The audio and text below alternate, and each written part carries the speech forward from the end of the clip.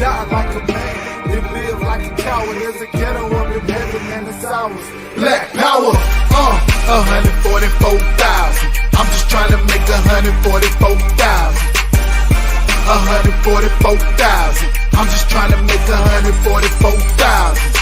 One body, one faith, one Lord. Feel like I can take over the world with one sword. 144,000 men on one accord. Not being in this army is something you can't afford. Real niggas across the board, ain't no suckers round us. You was looking for the truth, well that's how you found us. Now it's time to lace your boots up. We got the order from the king, round the troops up. Let's go to war and die defending this nation. If we die, there ain't no stopping us now. The chosen people of the power, standing strong like a man. Cause in our camp it ain't no cowards. 144 grand, nigga, and step before dishonor. Rather die like a man than live like a coward. There's a ghetto up in heaven and it's ours. I'd rather die like a man than live like a coward. There's a ghetto up in heaven and it's ours. Black power, 144,000. I'm just trying to make 144,000. 144,000. I'm just trying to make 144,000. I'm sick and tired of watching niggas get smoked. Work 80 hours a week and then a nigga still broke. Don't let that same nigga try to sell dope. They give him 100 years and then that nigga can't go. Murder she wrote, they got their foot on our neck. We don't own no damn land, but yet we reppin' our set. Are you prepared for what's next? Babylon is falling, Esau has to fall, so Jacob can get the ball in. Many are called and all, I'm standing tall. I just did a roll call and all my dogs, we all in. 7,000 men who haven't bowed to idols. Remember that we the people they talked about in the Bible. Rather die like a man than live like a coward. There's a ghetto up in heaven and it's ours. I'd rather die like a man than live like a coward. There's a ghetto up in heaven and it's ours. Black power, 144,000. I'm just trying to make 144,000. 144,000. I'm just trying to make 144,000. Hearing lies on the news and lies from the reverend. I might not be a nigga by the time I get to heaven, man. It's time for the truth. I'm tired of oppression. They won't call me a nigga by the time I get to heaven. Hearing lies on the news and lies from the reverend. I might not be a nigga by the time I get to heaven, man. It's time for the truth. I'm tired of oppression. They won't call me a nigga by the time I get to heaven. Rather die like a man than live like a coward. There's a ghetto up in heaven and it's ours. I'd rather die like a man than live like a coward. There's a ghetto up in heaven and it's ours. Black power, 144,000. I'm just trying to make 144,000. 144,000. I'm just trying to make 144,000. Rather die like a man than live like a coward. There's a ghetto up in heaven and it's ours. I'd rather die like a man than live like a coward. There's a ghetto up in heaven and it's ours. Black power.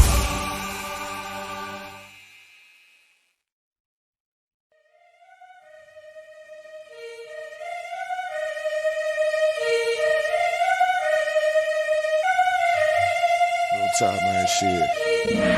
Make sure you let these niggas know what time it is, man. You know what I'm saying? Get on this motherfucker. Let these niggas know what time it is, you understand? We royalty, nigga. King Ty really one of the realest. I survived drive-bys from them killers. Like I got 9 lives, I got 9 wives. I said fine wine with them bitches. I'm spitting fire bombs in your city. I got like 8 or 9 niggas with me. And we all ready to die in a minute. One West, we the best in the business. I get offended, I fuck niggas offended. Talking they get it, but niggas is timid. Rappers is softer than linen. Catch me out parking lot pimping. What more could I give them? I've been the hottest forever. Why would I lie about cheddar? I could do better. I just put loyalty first. Royalty coming whenever. Pull off in the Jetta. Curvy, she on me, you sweater. My soul like wearing a sweater in summertime weather. Haters so salty, no pepper. You not that seasoned or clever. I'm with the rebel. Used to pump bass with the treble. Baking a cake in a kettle. I used to cook up the work. Now I just cook with the metal. Gotta keep foot to the pedal. Yeah, let me give the gas on the highway. Let the music blast on the calm day. Break the Glock down into 3 parts. Put the 3 together like my Najee. Sipping Bombay with my enclave. Got my mind made. Ain't no time waste. No. Eating prime steak with a fine date at a fine place. Getting violated. Hey, listen. Already told these niggas. You understand? I call up King Ty. He say, what's up? I say, what's good, my lord? Listen, he like, listen. These niggas ain't ready for none of this. You understand? I said, listen, if the nigga ain't one West, he ain't got it on his arm or his chest. I don't give a fuck about the nigga. It's just me and my niggas. We royalty, yeah. I got the hammer, you running, man. Come through your window like brother man. Snapping your neck like a rubber band. Talking my jaw like the sun is set. He told me murder you rappers. Uppercut sending you vertical actors. Y'all got me coming with verbal attackers. I might attack you type physical too. So y'all be rhyming the way y'all be shining. I'm blinding these rappers like Mr. Magoo. These haters miserable, we indivisible. Look at these haters like they got no clue. They hold up ones in them W's. Really, bro, don't get too comfortable. If you ain't cut from the cloth, co-signed by the Boston, we do not fuck with you. Cause you wouldn't last here. I told you the same shit last year. Already told. Keep talking that trash, I have a car, come kick your ass in. Already know. Your jaw like glassware. We pull up, not rocking no mask there. Don't care if you spot us, you know how you got us. It's over, you saying your last prayer.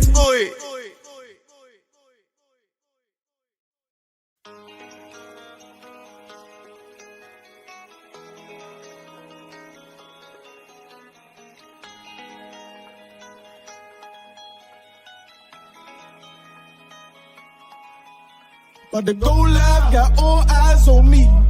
Give a damn what they talk about, got soldiers ride with me. And they know I'm lethal, I got my reach. Said I was gonna get it. They gon' see it, but they ain't gon' believe. Can't stop, I can't now. Hold on, let me get the breakdown. Train to go like a K now. I'm about to let my light shine. We piped up till the pipe down. These niggas selling pipe dreams. Baby girl, you sweet as ice cream, and I need you better believe. Sit back, look at my cheeks. Why you had to check my demeanor? Competition ain't free.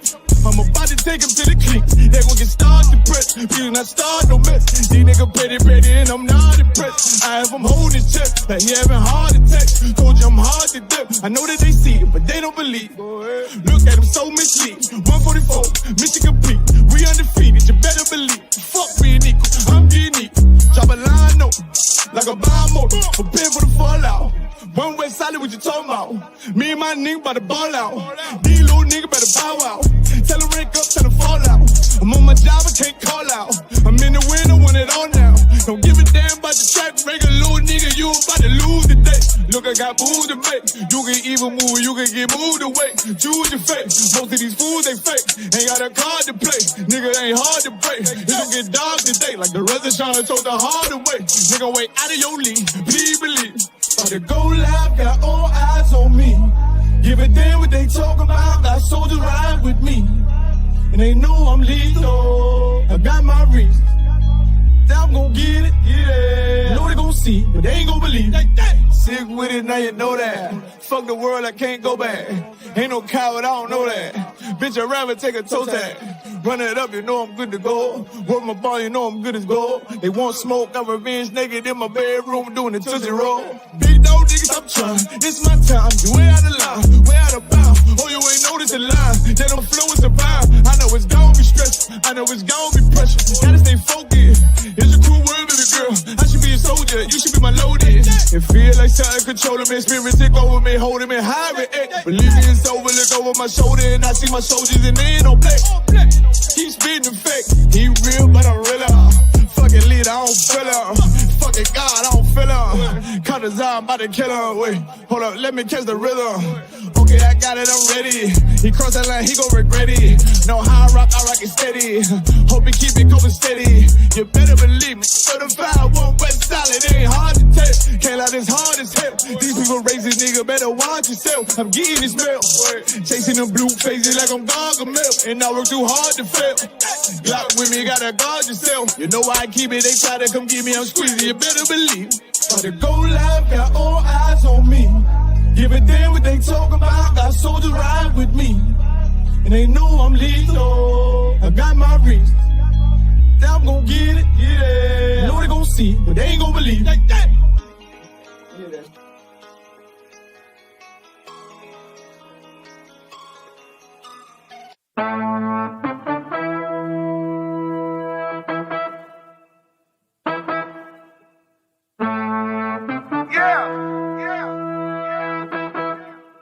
Y'all know what we do. Y'all know what we came to do. Huh? You young niggas ain't tough. You young niggas ain't tough.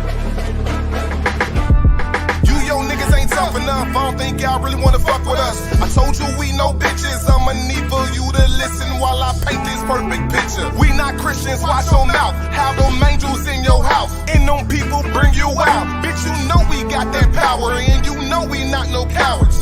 Oh, you on that bullshit? Well, I'm on it too. Oh, you think I'm bullshitting? Wait till I get with ya. If I gotta go to ground, I'ma shut the town down. I ain't about to stop until I hear stand down. All you gonna see is a lot of man down. You dealing with the men of war. We at war. I sided with the Lord, of course, on one accord. We ain't never stopping now. You running now. All my niggas go to ground. We go to ground. You dealing with the men of war. We at war. I sided with the Lord, of course, on one accord. We ain't never stopping now. You running now. All my niggas go to ground. We go to ground. As I live, if I live, let me make one thing clear. The Lord is the only man I fear. We are not the same. No, we not related. I'm not stuck on living. Death is a vacation. My camp undefeated. You cannot debate it. You just want the clout. We just want the greatest. I'm just trying to get it. If not, I'm trying to take it. Give me that. I say fuck the devil. You think I'm talking Satan? One West in my blood. I'm a U.P.K creation. We don't give a fuck. You can see it in our faces. Got it out the mud. Straight up out the base. The world done made me crazy. The world done turned crazy. You dealing with the men of war. We at war. I sided with the Lord, of course, on one accord. We ain't never stopping now. You running now. All my niggas go to ground. We go to ground. You dealing with the men of war. We at war. They know I about that sided shit. with the Lord, of course, on one accord. We ain't never stopping now. You running now. All my niggas go to ground. 144, we go to nigga. ground. You see me riding with them people I be sliding with. We take the truth, ain't no denying it. It's this fire I spit, I got that line script. I put that pressure on them, about to put extra on them. This how the Lord is doing you. Boy, I tried to warn you. We go to ground, I own your time, yeah. You wanna blaze, we in them last days. They try to keep my niggas locked up in them cages, yeah. I'm in pages, yeah. In them scriptures, yeah. I'm gon' flip it, yeah. I got that shit rockin'. I got that bulletproof hearted spirit, yeah. Retarded with this Glock, I'm gon' give it to you. You with them niggas that's gon' go to ground. Take over and you know your place. Make no mistakes. There ain't gon' be no trace, ain't gon' be nothing left. Spit to my last breath, boy better watch yourself. I'm coming with lashes, hey leave them niggas in them ashes. I'm flowing like Cassius, they killing the masses. It's cool cause when I meet the king we gon' be masters, yeah.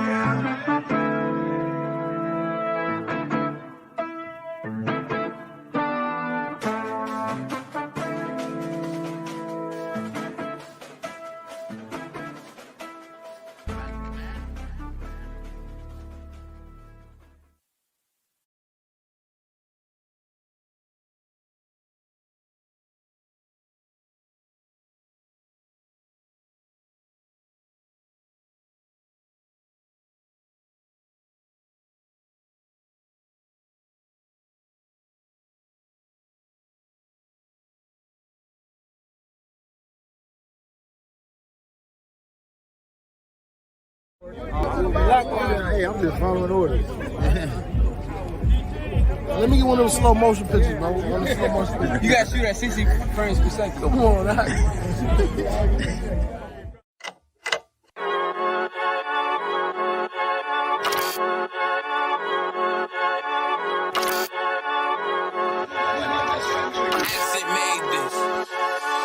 They say they wanna hear that raw shit. These niggas claiming that they boss shit. These niggas better move it coast shit. As if they make the wrong move it coast shit. You see me, they like, ooh, keep on shopping. I'm on my way up and they ain't gon' stop it.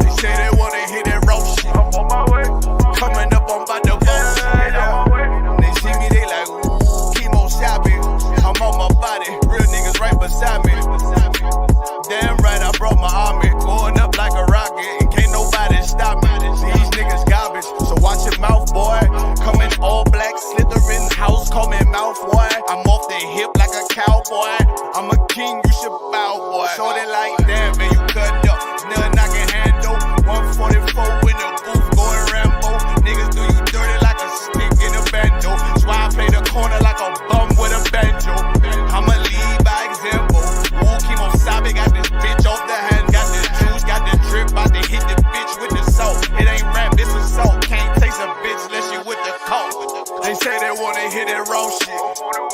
These niggas claiming that they bullshit. These niggas better move and coach shit. Cause if they make the wrong move and coach shit. One West, one West, one West, one West, one West.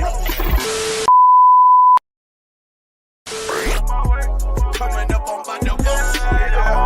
I do it how a veteran be. You better than me. I'm Reggie at the edge of the key. It's all money, no honey. Think you settle and see you locked up, fucked up, and it's back to the streets. It's One West. You can check the residency. I reside with soldiers died on the soles of their feet. Cause there's death before designer. Ain't no coward in me. Cause I'm cold as a bitch's shoulder. You ain't calling a week. Get the cooking on this beat. Hope you like it well done. Got them killers rolling with me and they all red rum, red rum, red rum. Got you fuckers scared some. Get the banging on this beat till my fucking head numb. Black Glock, red drum, black and yellow air ones. Homie, you ain't got a vest. I suggest you wear one. Told these niggas we was going up. They was doing a lot of talking, now these niggas ain't saying shit. Feeling like a legend in this shit, lil nigga, I'm past veteran. Never feeling third, lil nigga, I'm past second. Guns, I gotta have them all like Ash Ketchum. Shotty break a nigga ribs up like his wife left him. We all stepping, kill you with kindness cause I'm dead nice. That 5'7" put you 6 feet, not talking height. That judge giving out 5, what you do in life. These hands are rude GPS, a mean right. That's mean right, we build different, you know the vibes. And we something authentic, we notarized. I keep a 144 because I know a kind. Noah's Ark, you know I'm with animals when we flowing by. We back again, no cap, when I'm with Cap again. Yeah, they say they want smoke until we matching them. Everything righteous, so you know when we get back at them, you get hit up with a K, but no acronym. They say they wanna hear that raw shit. These niggas claiming that they bullshit. These niggas better move and coach shit. Cause if they make the wrong move and coach shit. You see me, they like, ooh, keep on chopping. I'm on my way up and they ain't gon' stop it. They say they wanna hear that raw shit. Coming up on my divorce.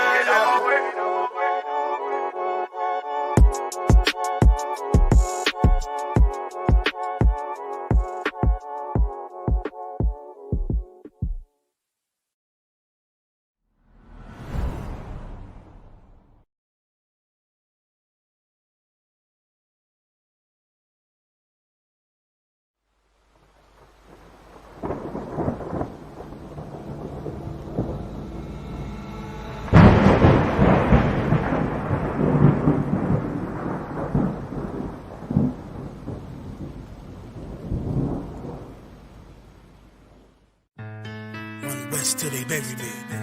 I'm One West till they bury me. I'm One West till they bury me. I be One West to the death till they bury me. One West till they bury me. I'm One West till they bury me. I'm One West till they bury me. I be One West to the death till they bury me. I be One West to the death till they bury me. They ain't scaring me. Rip the soul out of Pharisee. Speaking heresy, it get you fucked up apparently. It's like they daring me. I said chill, they ain't hearing me. They ain't listening. Every bar nitroglycerin. Hit your heart, bring it back to start, make you live again. Get them dividends or we start getting ignorant. I be on that soldier shit. I told you shit phenomenal. Nah, but he abdominal. So what you suckers trying to do? Rhyming comical, guess it's funny until I'm bombing you. Bring apocalypse to them pussy niggas that's popping shit. Team of all-stars, I coach them up like I'm Popovich. Fuck the politics and the lobbyists and apologists. They vagina, so we gon' check them like gynecologists. It's kinda obvious how the situation is ominous. The way I vomit this and regurgitate for the audience. They start applauding this cause the competition is fraudulent. From the era where niggas smoke you up like a parliament. The flow been stupid, shit has gotten retarded since. All the dominance of One West rising to prominent. Cause I be One West to the death till they bury me. I'm One West till they bury me. I be One West to the death till they bury me. I'm One West till they bury me. I be One West to the death till they bury me. I'm One West till they bury me. I be One West to the death till they bury me.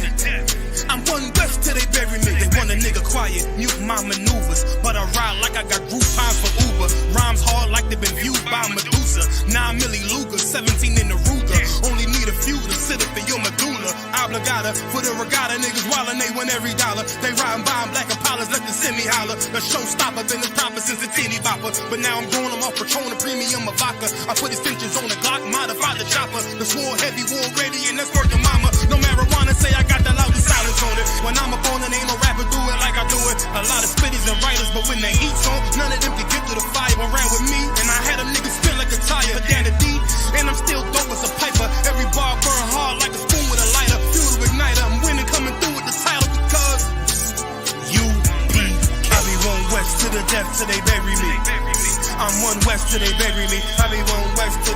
till they bury me. I'm one West till they bury me. I be one West to the death till they bury me. I'm one West till they bury me. I be one West to the death till they bury me. I'm one West till they bury me.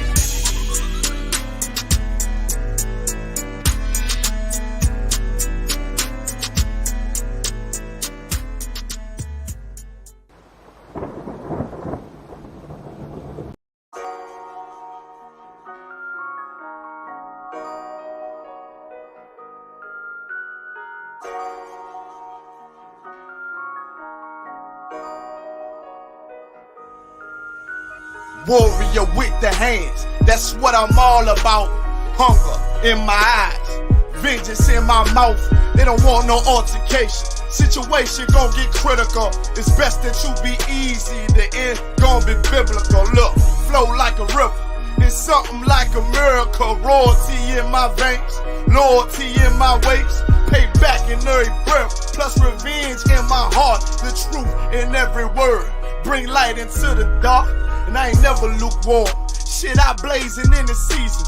Got plenty food for thought. Just gotta watch who I'm feeding. And I been walking with them angels. So I guess I got this pistol for no reason. Niggas barely breathing, criticizing all my achievements. Won't make me weak.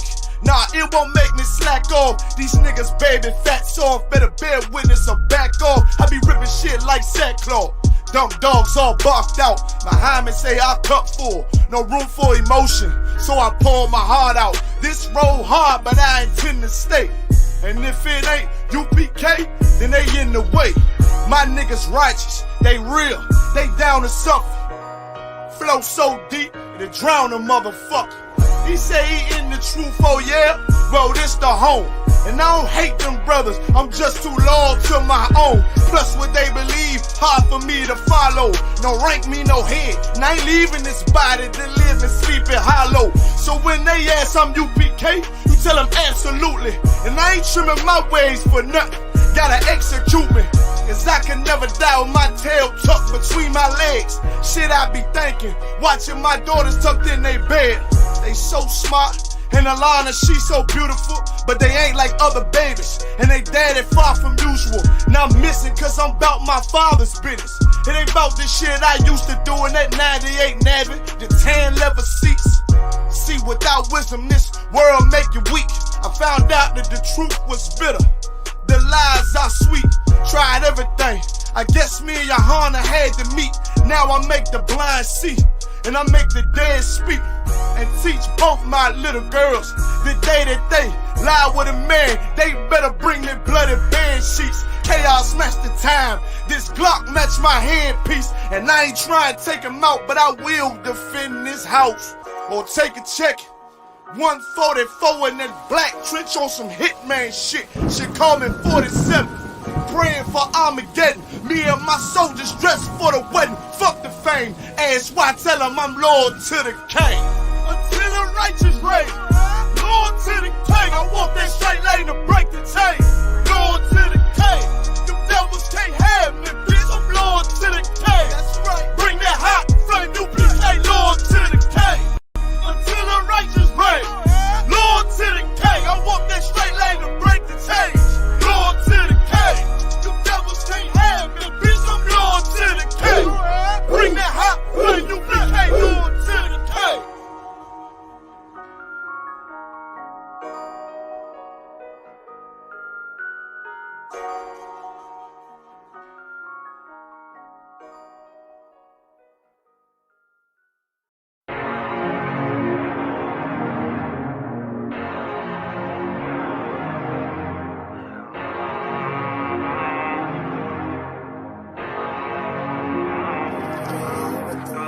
I told you not to do no sin no more. I guess they acting like they hear me. 90 days I let her fiend for. If this what you want, you best go be slow. And she said, baby, I know you legit. Baby, I know you legit. She said, me like you don't need exist. And I said, UPK made me like this. Bada bing, I popped the least spit.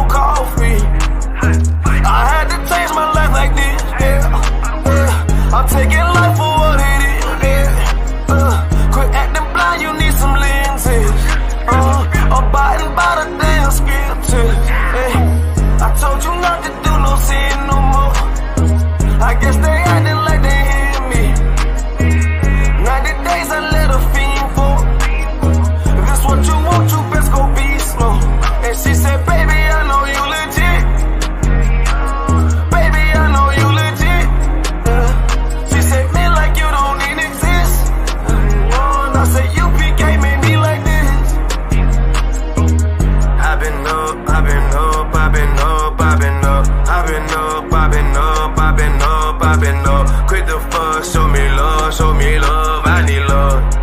Don't wanna leave me here. I'm mixing up my damn problems. I'm mixing out all of that violence. If you with me, we on that fly shit. To all these worldly bastards round us, I say, I told you not to do no sin no more. I guess they acting like they hear me. 90 days I let a fiend for. If this what you want, you best go be slow. And she said, baby, I know you legit. Baby, I know you legit. She said, me like you don't even exist. And I said, UPK made me like this.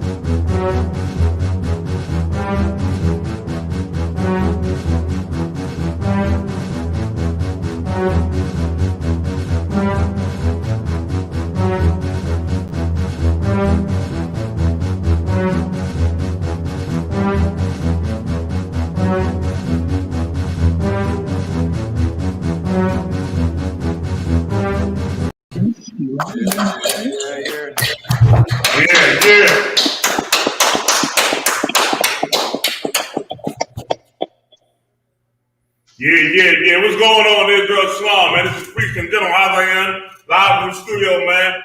Put the screen back up and shock so I can see everybody's in here, man.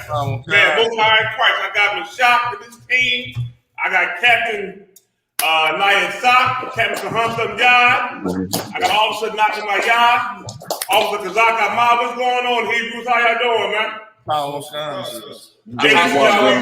Listen, man, we holding down for Commander GEN.YAHANNA, the hardest working man in Israel, so we can hold it down, you know what I mean, for this show and talk about some stories and do the damn thing the way UPK does the damn thing. Come on. Hey, General, I also have Arawanya here. Come on. What's up, Arawanya? What's going on, Warrior? I got your name right up, Arawanya. What's going on, baby? What's the deal? So like he said, I don't show up the shirt he made. He put the guy like arrows on his shit. He looking like he was hunting at camp today. Oh yeah, listen, he was hunting. You know, Gad is the hunter. Listen, no. You almost coming at the camp all day. Listen, Kazak over here coming in here with the burgundy and the gold and the trim and the salak. I realize these brothers they're trying to tell me something like that. Listen, man, I think they talk to your Garwa. I believe they calling your Garwa now. Ideas of going back and forth, you know what I mean? That's what's going on. They calling your Garwa. They doing their thing, man. It's good. What's up, Abraham? What's going on, Warrior? Yeah, about you, y'all working thought, Jimmy. What's the deal, man? What's going on? Trying to hold it down with Cap, sir. Hold it down. Yeah, man. Let's hold it down. Contact. Yeah, I mean, let's get it in. Y'all ready? Contact. Let's go. So if I could, so I wanted to first. I know we have some other stories lined up, but I wanted to first definitely go hard in on this Olympic sexual show that really, you know, more and more as with technology and all the phones and everything we see and more, that this thing is really just a glorified, you know, strip club for our oppressors. Like it's nothing more than, you know, a sex show. And our athletes, they starting now to speak out against it and, you know, and come up against it. But it seems like they won't even allow them to have, you know, a certain peace of mind or even you know, to be able to talk about it. Like it's like the sister Simone Biles, you know, recently, like how she stepped down from the whole from that gymnastics final, where she, you know, she for sure would have won gold, but that sister, they're going through absolute hell in that damn in them damn games, absolute hell, and with no kind of remorse from the oppressor. No, like they're ready to crucify her in there. You know what I mean? So I wanted to go into it a little bit more and show how much the abuse these athletes be taking. You know what I mean? In the pursuit of success. You know what I mean? Like, if I could, Rashad. Yes, sir. Before we go into the story, can a brother grab me Micah 2 and 10 real fast? Because I do understand, I hear what you're saying, man. You know what I mean? For sure, that's exactly what it is. You got to remember, man, that these games, these Olympic games, came from the Greeks, went to the Romans. And the Greeks ran these games butt behind naked. I mean, they was bucket naked in the Greek games. You got a picture out? See if you can find that picture of them running the games butt naked, man. Yes, sir. Full out tail, ride, gonads, everything showing. That's the origin of these games. So ain't no mystery as to why they want you to, you know, be half dressed with the full out tail showing the whole night. I remember, and they start young, the shop. This starts very, very young. My oldest daughter, I'm the one out.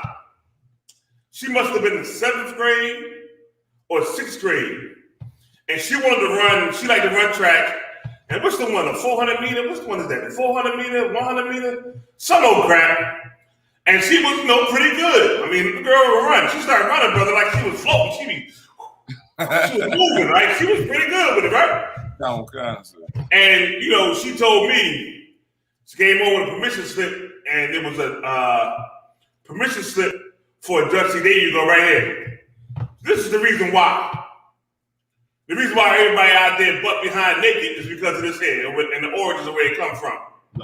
You're not going to escape the origins of things, man.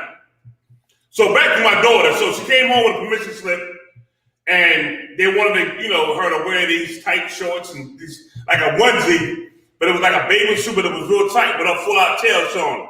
Now, my daughter growing up, I knew she was going to be thick. And I said, you know what? She went home. I said, hell no. I said, you go run track. With some shorts on, goddamn it. You ain't had no tight ass fucking thing on. So I went there, I wrote down there no. And I took my old behind to the first track meet, first track practice, right? I'm walking down there, I'm there and everything. I'm standing by the side. And I got my daddy grill on and shit. I'm looking at everybody. I see her warming up and I see her running, right? Practicing, right? So I figured out who the coach was. I said, hey, how you doing? You the coach? He said, yeah. I said, I'm so-and-so's father. Oh, hey, how you doing? I just want to come and make sure that you understood what I was saying about my daughter not wearing them tight behind things with a full out behind showing. I don't want my daughter wearing that. She can run in shorts. Like the shorts and the outfit not going to stop her time. Right. Like her time is not going to diminish because she's wearing regular shorts versus wearing regular tight. They ain't going to diminish. Now, in my eyes, I ain't see it. Right. You know what I mean? In my mind, I was like, you know, and it was a dude coaching, and I'm seeing these little young girls running, a full-out tail hanging right on out. And I said, this is a damn shame. Come on. And I'm the only parent out there saying something. I said, not my daughter. So she ran and she practiced, you know what I mean? Did the thing. She liked it for the time period. She liked it. Ran her track, but I wasn't going to let that happen. I wasn't going to let it happen. I didn't care what society says. Right. You know, as a father, you got to take a stand. That's the stance I took. Right. You know what I mean? Yeah, it was these. Them shorts right there. There you go. Yeah. Like they ain't no need to wear that. Like if you fast, you fast. You're gonna be fast in sweats. You're gonna be fast in a dress. Yep. You could run the down women's race in a dress. Yep. Let's see who really fast. Yep. You know what I mean? Pick up that frock and run. Yep. You grab it by the hem and run. Yep. You don't need to be in this thing here, and then when you finish the race, you fall down and you tired and your legs all open and you're on your back. Man, them cameramen, they ain't slack. They don't they cut away on the CBS and all them type of things. You go on them the YouTube and the Twitter and all that. You see in every all the views that them cameramen is trying to get. And listen, they catch everything, brother. They catch everything. everything. I mean? And you know what? And you know what I noticed too? Once you bug up against the system don't like you. Right. Because I think I might have been a problem for my daughter. I didn't say a problem, but I said this for a lack of verbiage right now. Because when I said that to her, she was one of the fastest girls in the squad, but they didn't teach her and train her. They would teach and train the other girls. But because dad showed up and dad said what he said, and they ain't like that, she didn't really get taught how to properly run track. And even in her not having that knowledge of track, she was still smoking people. Right. You hear me? I mean, she was smoking people left and right, but they wasn't really teaching her the proper way. And I knew it. Come on. Now, I mean, this was a little bit from playing football in high school. You know what I mean? I knew there's a certain way you had to run, you had to get taught. I knew they wasn't teaching it. You know what I mean? Right. But I sat there and I encouraged on. I didn't want to get too overbearing because I could have went down there and was very overbearing on that coach. It would have been a problem. So I shut my mouth and I just watched. Right. And she ran until she didn't want to run no more. And when she didn't want to run no more, she said, Dad, I don't want to do it no more. I said, all right, you ain't got to do it no more. And then she stopped. And it's a shame because she really loved running and loved that and loved that track. She really did. It was like as a kid, she loved it. And I watched how it destroyed her because they wouldn't really teach her what and how to do it, the proper form. You know what I mean? She was just picking up stuff on a run, seeing people doing things. And we talked about it. I said, talk to your coach. And she said she did, but they never took her down and took her to the side to teach her the proper way. You know what I mean? And I wanted to say something, but I knew if I said something, I probably would have ended up jumping down his throat a little bit too hard. So I kind of fell back something. You know what I mean? And I just let it go. She put it on. But even with her not having the proper form, she was still smoking people. I mean, she was running them down. You hear me? Yes, they started running, and she started running, and she catching everybody, passing everybody, flying around the damn field. Yeah, I mean, I said, all right, that's no sweat. She's doing her thing. And that was it.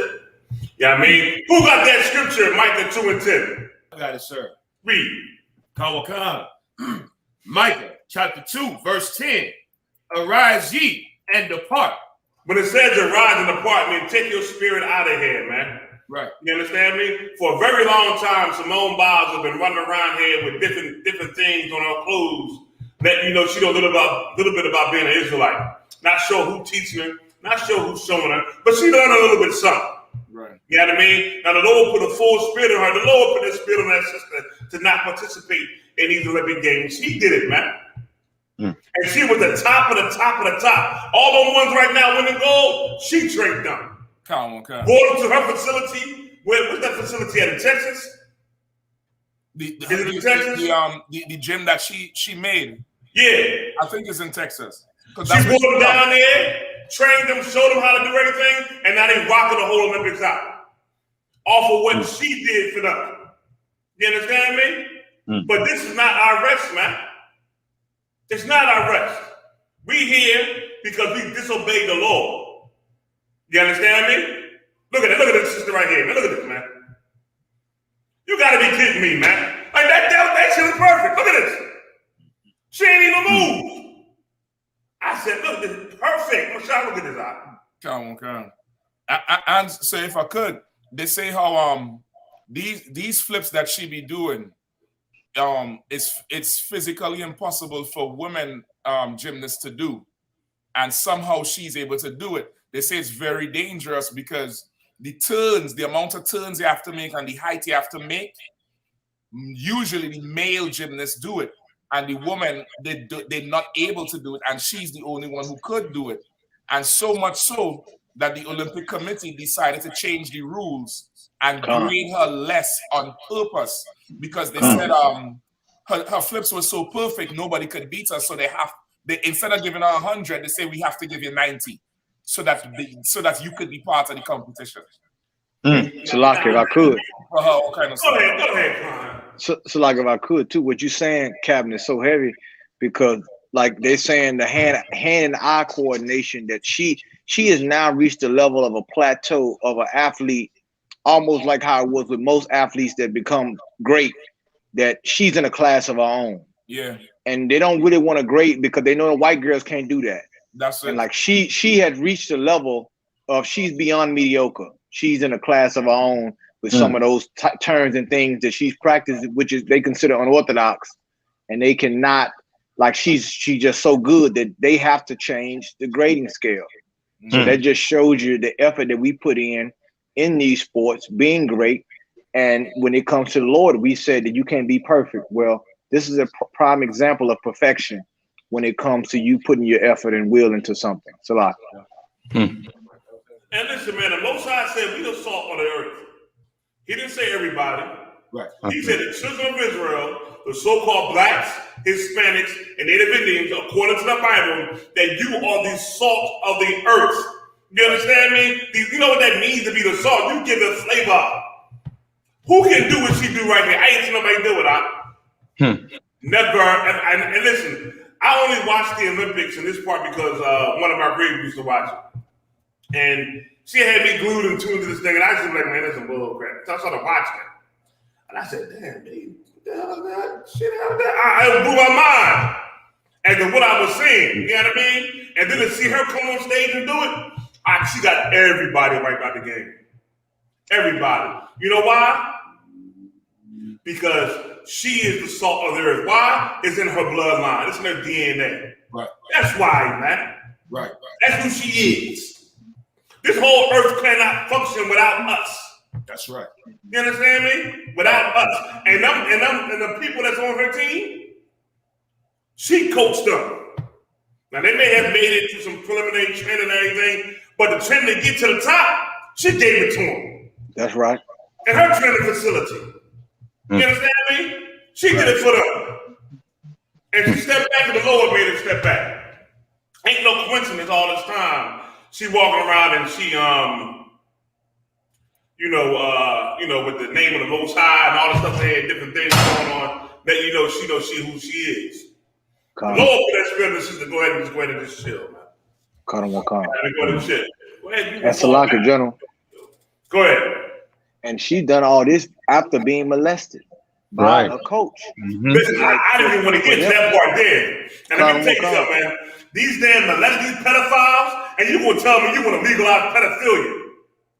That's always been a society of Esau. From the Romans, from the Greeks to the Romans, they want to legalize pedophilia.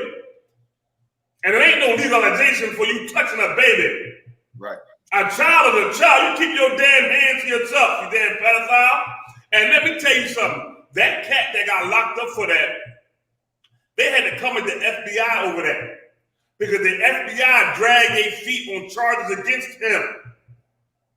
But they didn't want to come at him. But there was so many cases they couldn't get rid of it. So they had to come at him. But they took their time doing it, man. Right.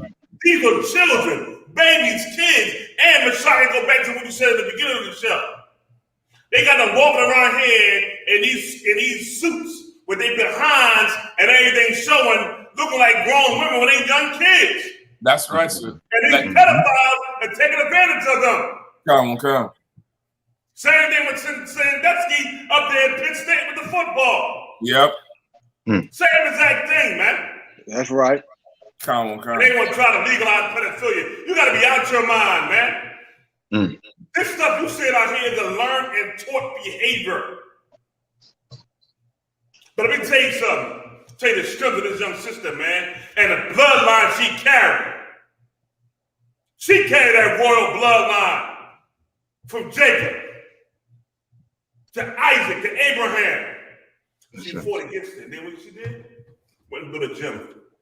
for people to come and train and learn. And they can come and learn without being molested, without being touched, without being harassed. And she giving them what she got. And what they doing right now, they tearing the lips out in frame. Tell you how right it is. Keep on reading that scripture. I want to finish reading this one here. Go ahead, Kawakah, sir. Arise ye and depart, for this is not your rest. The one thing we got to remember, everybody got to remember this is not our rest, man. That's right. No matter how big you get in this land called America, this is not your rest. This place is supposed to be a punishment for us for our evil and our sins, man. And the way to come out of it is come back to the Most High and do what He say do. Go back in them scriptures, man.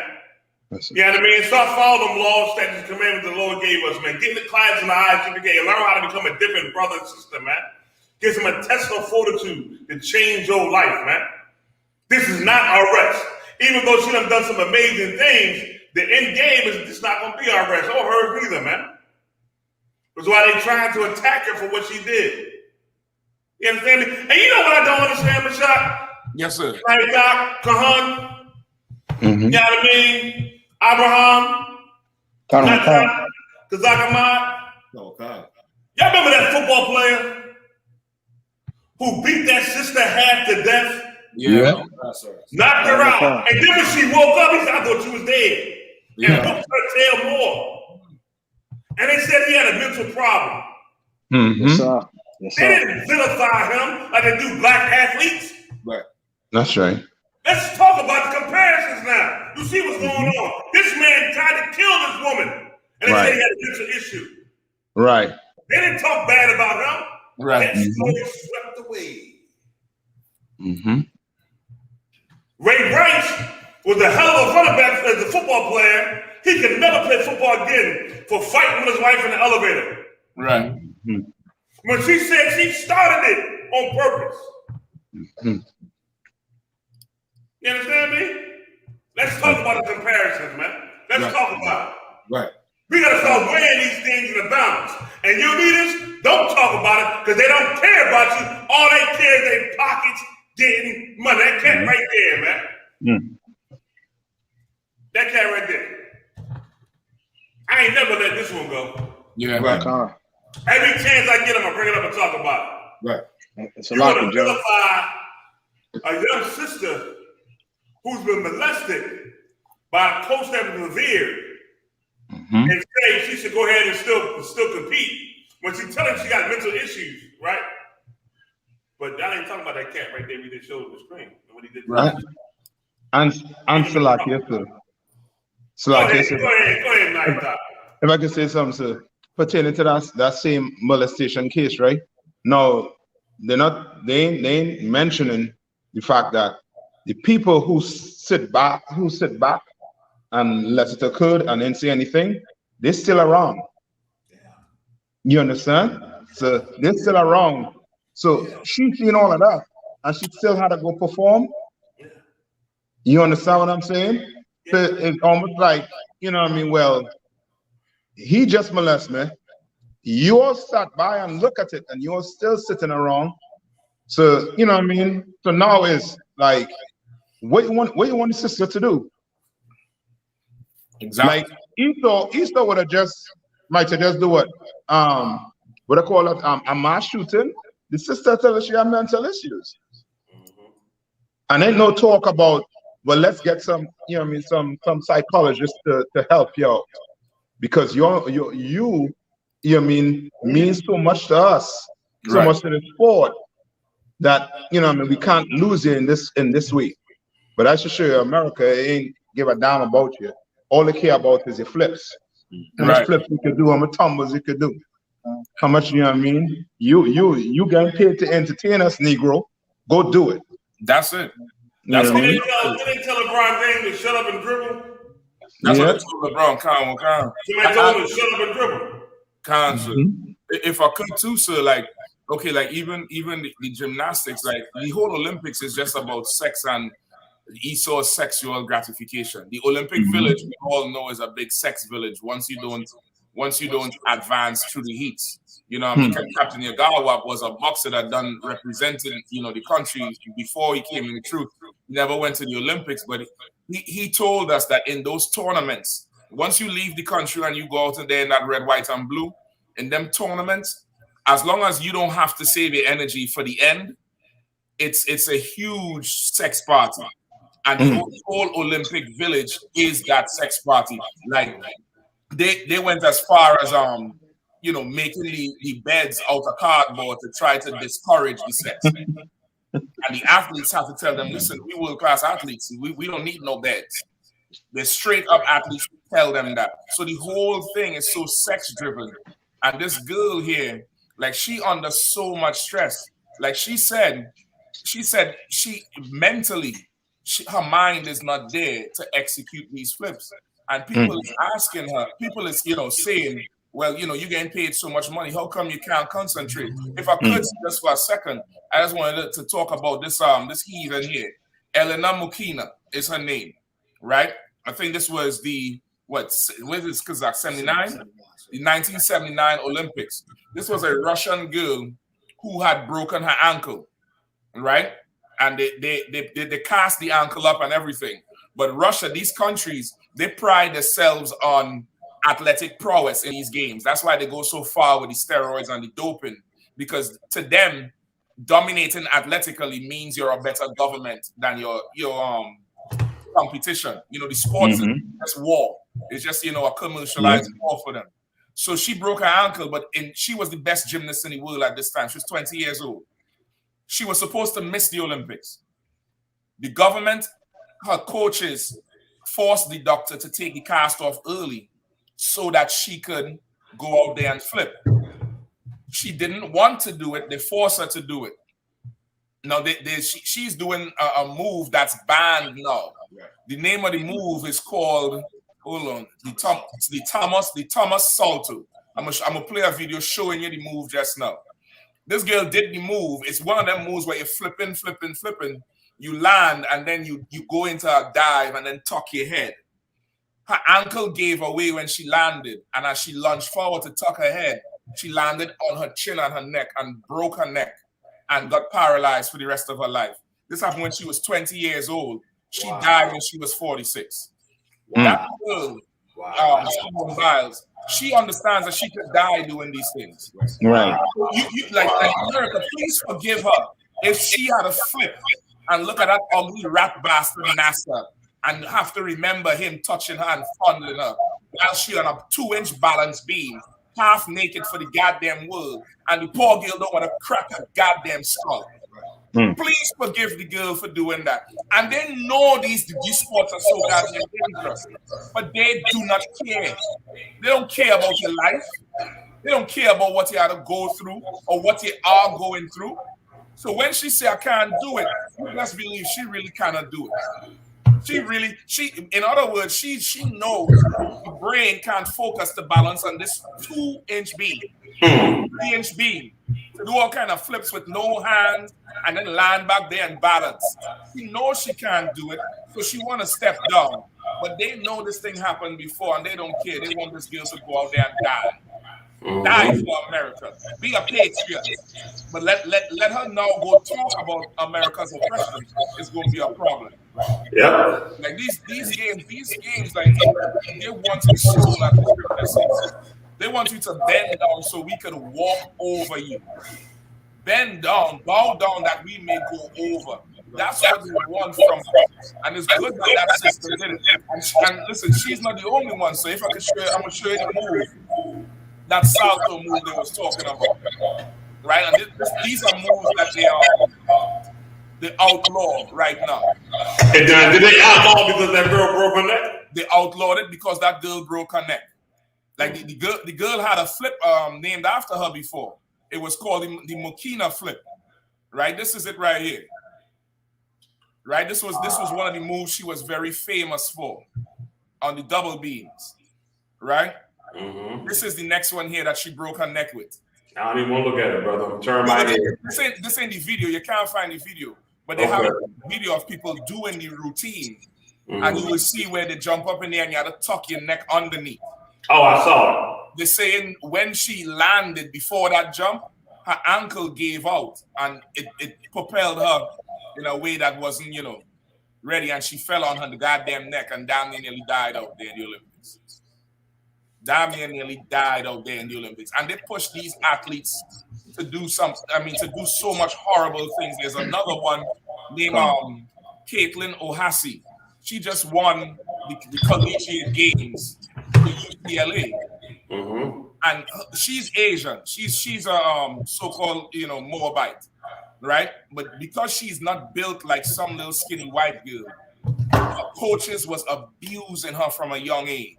She would come to training and they would tell her she looked like she swallowed a pig. You look like you ate an elephant. I mean, I'm gonna laugh at it, but this is what she had to face going in, and she talked about how suicidal she was. Like this is it's a lot. I'm looking at it. It was more like, you don't look like a gymnast. You look like you swallowed a pig. You had coaches tell you that? Is just disgusting. She was the victim of fat shaming. I couldn't accept myself. Caitlin scored better than Simone Biles. But while Biles went on to win 4 Olympic gold medals, why isn't she going to the Olympics again? There was a time where I was on top of the world. I was unbeatable until I wasn't. Oh, that was horrible. I don't know if you saw right there. This girl flipped and landed on her head. I saw it. Oh, that was horrible. I saw it. As the coach of GEN.YAHANNA, I was in the fight for my life. I had so much hate in me, and I was trying to rebel and take it out on my new coaches here because I'm one of the most decorated coaches. I'm relentless. And that was one of the coaches she had that abused her in the beginning, but this whole thing is how the coach changed her around and changed her life around. But if you look right here, like you see all these you hear how they say how she outscored Simone Biles way before. And I think this was Simone Biles' first Olympics, but due to the whatever abuse they was doing to her, she couldn't go. But if you look at how she was, I couldn't accept this part here is going to come up. Scored better than Simone Biles. But while Biles went on to win 4 Olympic gold medals, why isn't she going to the Olympics again? There was a time where I was on top of the world. I was unbeatable until I wasn't. Oh, that was horrible. I am now known as the coach of GEN.YAHANNA. I was in the fight for my life. I had so much hate in me. Yeah, you see all this? How this is her lashing out because of all the abuse she facing going today, and she didn't talk about the molestation. But this is her lashing out. So when you see Sha'Carri Richardson with some orange hair and tattoos all over, and you hear UPK talk about those as signs of crying out for help, and you'll call us crazy. These are the nations, they do it, and they see the signs. Because this was her acting out because she was under so much pressure and stress. She was one of the top athletes with Simone Biles and couldn't carry on because they said she looked like she swallowed a pig. Now this is the thing. If she doing the flips, what difference does it make what she looked like? Because this is about strip teasing. This is about flipping and skinning open and showing your butt cheeks for these old oppressors to enjoy. This ain't got nothing to do with flipping. This ain't got nothing to do with no bars and no double bars and no floor routine. This is about if you could look sexy enough for them, like a young boy or a young maturing girl. That's why they keep their bodies a certain way. But she, being Asian, she built different. She had a little more meat on her. You look like you swallowed a pig. So now put that with Simone Biles and all the molestation she done going through. Okay, nobody should blame this girl for not wanting to do nothing. She took a free plane ride down to Tokyo and enjoying the scenery. Right. Just go on a good vacation. Salakis. Salak, if I could, Captain Shot. What you're saying is so right on the earlier point where you were talking about how much sex go on there. There's so much sex go on in the Olympics that they had the Japanese put cardboard box beds and made the beds out of cardboard boxes, so they won't be able to bang the headboard. If you try to do something, the box will just go flat. You know what I'm saying? A UPS style. So basically, when you have this athletic voyeurism, like you said earlier, about them seeing every curve, every crack of these athletes' performance, it definitely goes on. It's what I would like to call athletic voyeurism, of them looking at these young athletes do these types of performances in front of these crowds. But for sure, it's a perfect example. It's almost like that movie, The Hunger Games, where they say, may the odds be ever in your favor. Because when you look at the mental and the athletic strain these athletes go to perform, to bring home a gold medal or a silver medal or a bronze medal, this is just it's a form of slavery. It's a form of how they break down the youth and give them a false vision of something to aspire to be in life. And that's why the UPK Command and Gen.YAHANNA is so important, because we give these athletes to listen to us. We in the stream. Right. We're on social media, we're on all these different things, and they're gonna eventually we gonna intersect. They listening and seeing what's going on, they checking out these classes, lo and behold, and they seeing that, you know what, your mental health is tied to your spiritual health. And they are understanding this. And and like I said, that is how you become free from bondage. You understand? By you addressing your spiritual health. Salak. You know, I want to say something, and this is what I'm going to say, bear with me, y'all. I'm going to say this here, and this is going to touch not just Simone Biles and the Olympics, but other sport genres and other genres they have out here, right? For that fame and that fortune, people are willing to sacrifice their children up to another god, like how they did with Molech. You understand me? Like, if you think about the R. Kelly situation, I'm going to push a little bit and I'm going to come right back. People let their young daughters go supposedly record album with him for the possibility of getting fame and fortune, while this cat was molesting these little girls. Right. You understand me? You mean get in their heads? I knew a person years ago. I'm gonna leave it at that. She's she was bad as I don't know what. Attractive as hell. She was like 25. She might have been 35. And we was talking one night, and she told me how she used to model when she was younger. You hear me? And that's when she first got introduced to cocaine. Because modeling, they want you to stay slim. Remember how they were saying to the other gymnasts, you know, you like you ate a pig? Yeah. Models are the same exact way. You understand me? So that's when she first got introduced to cocaine, sniffing that coke as a model. You understand me? And she said, I'm gonna say this too. I really don't want to put it out there, but she made a comment to me that I thought about it, and as years went on, I feel more the pain of what she said to me. You understand me? And this shit painful. But I'm gonna say to y'all, it's painful. And I feel for her and other sisters out there like that who had to endure it. You understand me? Right. She said the one thing she regrets is the fact that she was never able to have a child. You understand me? Right. Even to the day, never able to have a child because of what she suffered back then doing those things and what they put her through in that. That's why it's very important, man. You understand? For men to be in their daughters' lives. That's right.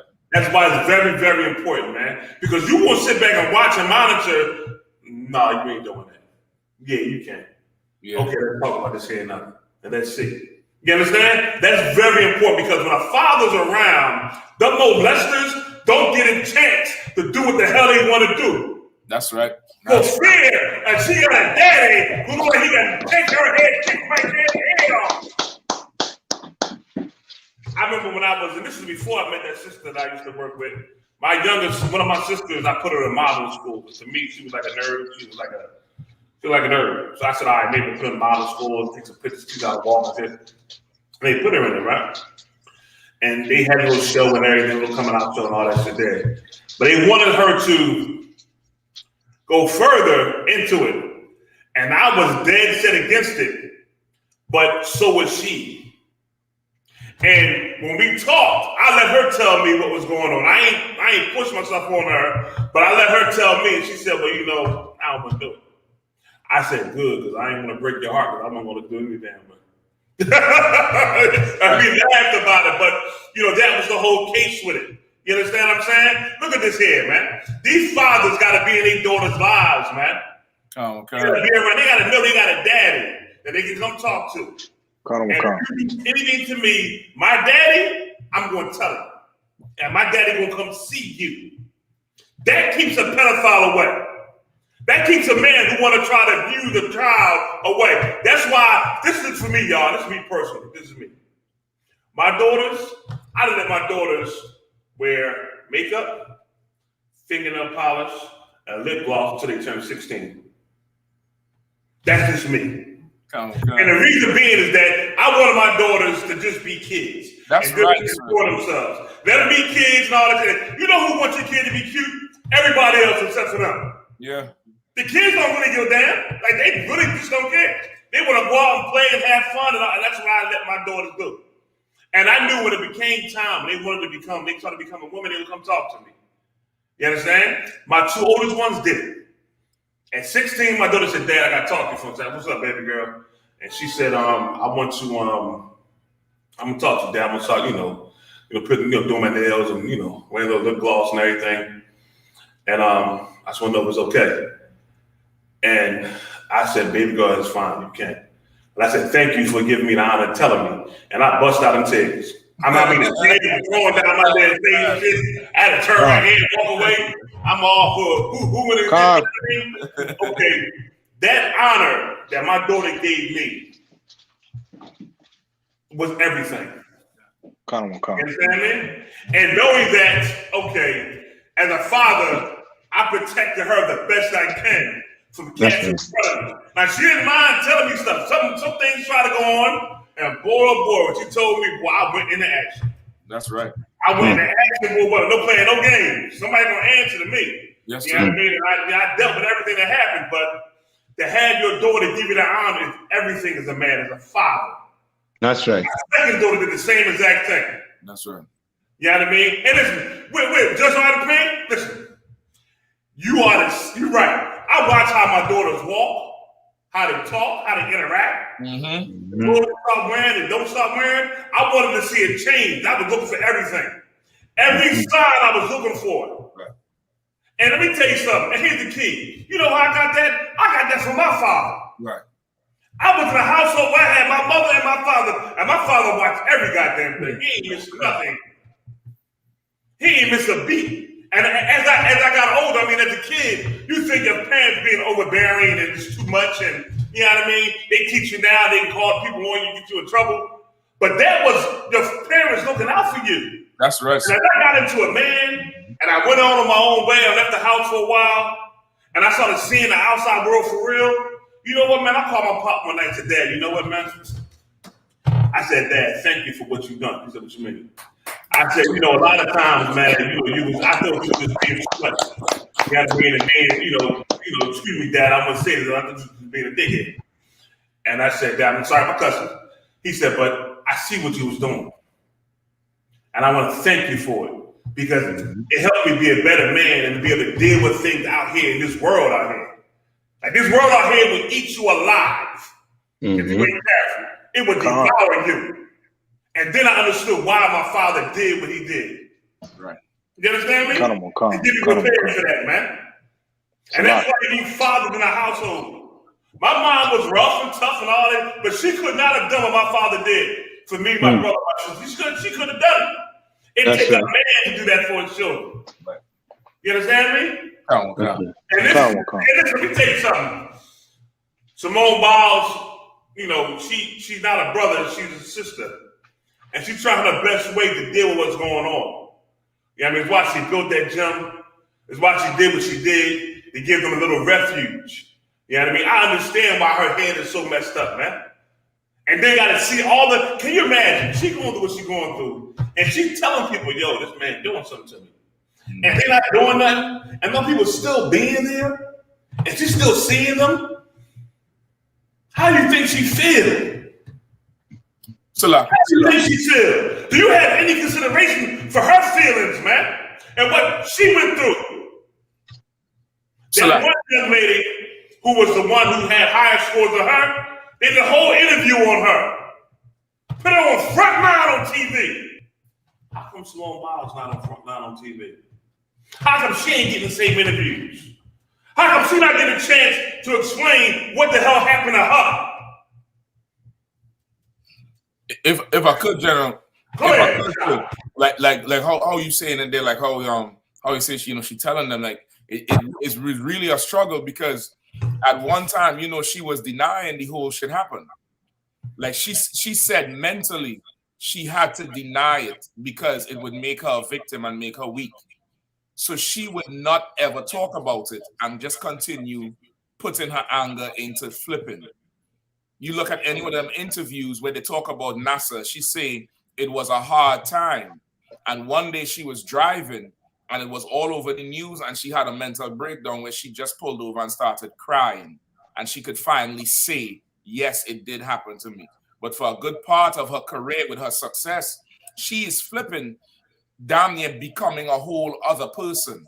And that's why that's okay. She become a whole other person till she as a woman is doing feats that only men could do. And for our oppressor, that shit is profitable. That is good for his business. So he has to destroy us even more. So now you see where they create an atmosphere for so much of the abuse of these young girls and boys in these sporting arenas and in these sporting disciplines, because that abuse breaks you from being human. When normal human things would stop you from performing, when it's a death in the family, you're having a bad day. But once you get broken from being human, now you just a machine that has to go out there and perform. And for a second, she had to damn resign into that machine just to not kill herself. She talked about how much she would sleep during the day because sleep was the closest thing to dying, and she wanted to commit suicide, but she couldn't hurt her mother. That she would just come home from training and just go to hell to sleep because for a second, she didn't have to think about all the pain she was in. And meanwhile, you had to fly her all the way to the other side of the earth where all them athletes getting COVID. That's the next thing they ain't talking about. All of them athletes down there getting a whole ton of COVID. I think 30% of that Trinidad team down there in Olympics in the hospital right now. You got to go through all of that. Be away from home. Watch this damn rat on TV talking and trying to defend himself and then try to balance on a 3-inch beam. It's just too much. It's just too much. Our oppressor killed himself over the stock market going down. Nobody raping him. Nobody forcibly going up inside him. But his NASDAQ drops and he flies out a building. This girl don't get violated. And then you put her in a bath suit and ask her to open her legs wide and skin out and flip and do all kind of otherwise would be twerking and stripping. And he's angry because she wants a day off. Let this place burn to the ground. That's right. Salaki, if I could. Salaki, if I could, Captain Mashak and General Haas, on what you said about the fathers is so important, because what the U.P.K talks about manhood and fatherhood and brotherhood and all those different things that are linked together in this nation, which will build strong families. Like black men, what they call toxic masculinity, it's a way to downgrade masculinity in general, because we as men with the testosterone and the mindset we understand that there are predators out there, and in order to deter predators, you have to be an apex predator when it comes to your children, your offspring. And it's just natural. It's a natural thing, and if you don't understand it, you don't understand love. You don't understand what love is and what it means to preserve your offspring if you can't understand how aggressive and how a man would be when it comes to his children. Everything General Haas laid out is how it should be. It's how it should be with a father. But they use the black woman and Hispanic and Native American Indian women to undermine a man's masculinity, undermine his authority. And this is what happens in these sports. This is what happens in these arenas and these of our children being junior gladiators in these arenas. This is what happens. They will become victims. They will get the gold medal, but at what cost? You understand? At what cost? So anytime you see the masculinity, and see, we say when we talk about being men of war, we need that in this nation. You understand? Every nation needs a warrior class to defend their family, to defend the youth. You understand? If you don't have that, then you're just going to be victims continually. Salaki. If I could just take this time too, sir, just to plug the channel. I know right now we're streaming on 2 channels. We on the BLACKWATCH News, this BLACKWATCH News channel, Commander Gen.YAHANNA channel on YouTube. Y'all go search up BLACKWATCH News. We live on there. But I know we on the other channel, Commander Gen.YAHANNA Live. Just letting y'all know we're gonna close off that stream now. Come over to BLACKWATCH News. If you're on YouTube, come over to BLACKWATCH News. Hit that subscribe button. Hit that subscribe button. Come over here, hit that subscribe button so you can stay up to date with everything the General dropping every Monday, Wednesday, and Saturday. He also has a website, blackwatch.news, blackwatch.news. Make sure you check it out. The website is absolutely banging. Make sure you check it out, blackwatch.news. Check it out now. This is the website right here. Go on in there, check it out. Get familiar. Hit that subscribe button on here where you can stay on the mailing list. And all the videos that, YouTube don't want to take down, he have them backed up right here. Rocking and rolling. It's a hardcore website. Y'all check it out. So we're gonna definitely break that stream on the other YouTube. Y'all jump over to the BLACKWATCH News on YouTube. Right. Jump over to that BLACKWATCH News on YouTube, because we're gonna go dead on the other stream now.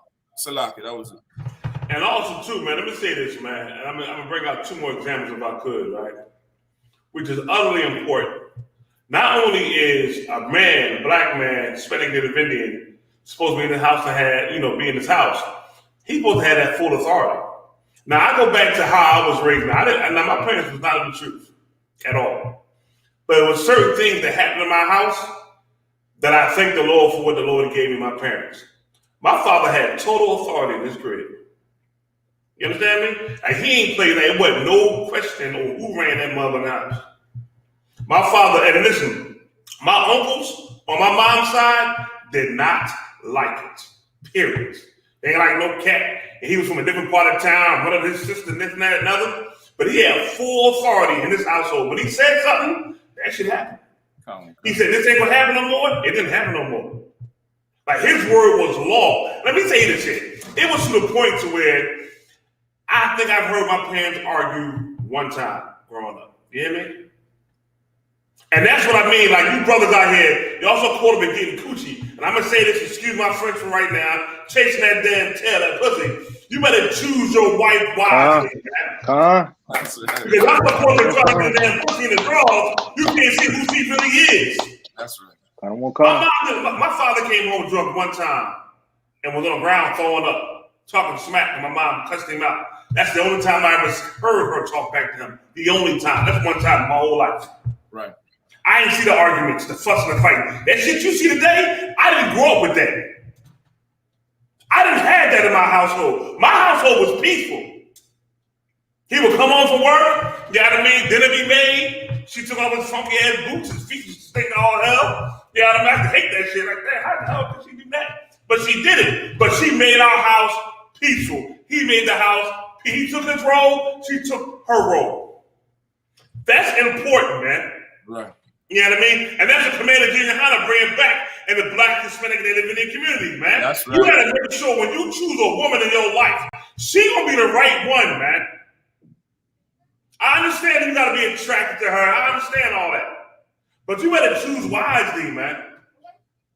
Because choosing the wrong one can destroy your life, or it can make your life better. You understand me? It can make your life better, make your kids' life better. Right. These children shouldn't see the parents in the house arguing and fighting all the damn time. You know what kind of mental strain that put on your children? It destroys their damn mind. Mm-hmm. What do you think they're gonna go do when they go out there and pick their own partner? The same shit they had in the house. Or they may flip and they might become the monster. You understand me? Like how General Muhammad said, when you become a parent, you gotta become superhuman. Mm-hmm. And fight your own flesh, your own lust, your own desires, and watch your fucking mouth. Right. Right. On how you speak and talk. Slaki, I know Commander Gen.YAHANNA gonna get me. Then Muhammad gonna be calling me Hajj. You know, you can't be saying, I'm sorry, Slaki. Apologize for that. Take my check later. You understand? But that's how it got to be, man. Come. And listen, remember that, who's that boxer, man? I didn't really like this cat. But he was a hell of a boxer. Sugar Ray Leonard. Yep. Sugar Ray Leonard was one hell of a boxer, man. I remember growing up when I was a kid, I was in boxing, And I used to watch him, Marvin Hagler, Wilfredo Benitez, you know, what's the cat? Roberto Duran, Tommy Hitman Hearns. You know, all them cats growing up when I was a kid, growing up boxing, when I used to box and everything. But I didn't know that brother was molested as well. He went to the Olympics, won a gold medal the whole nine, but he was also a victim of molestation. You know what I mean? Like, this stuff ain't got to stop, man. You can't tell me it's okay to have sex with a child. Are you out your damn mind? You understand me? And let me say this to you, man.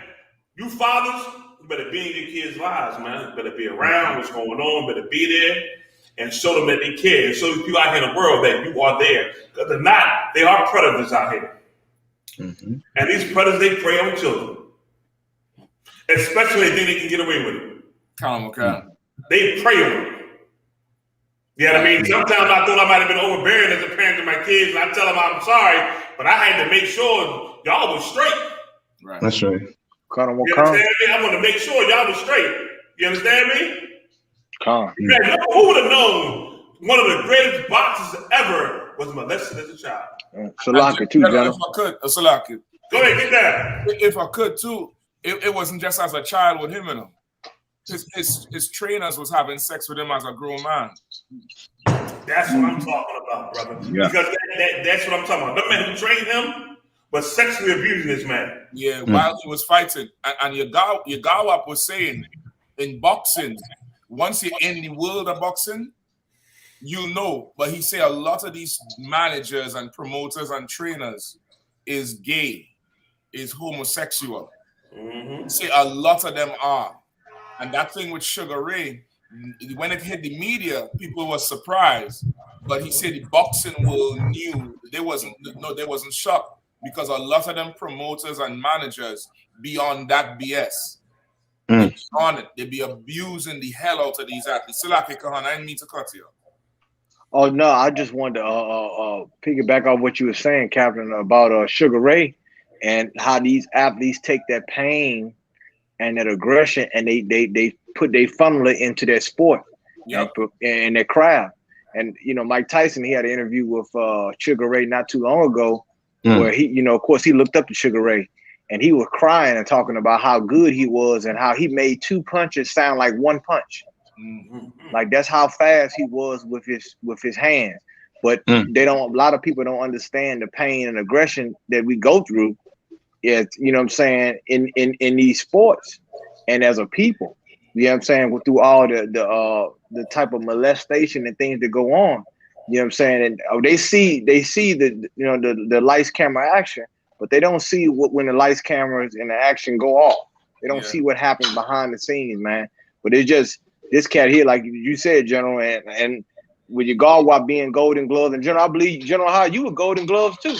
Golden Gloves in boxing. Okay. I didn't get to the Golden Glove part of Philly. Okay. But I did win. I did win the Junior Olympics in Philly for the heavyweight division. I won the Philly. We had the heavyweights, and I won a division.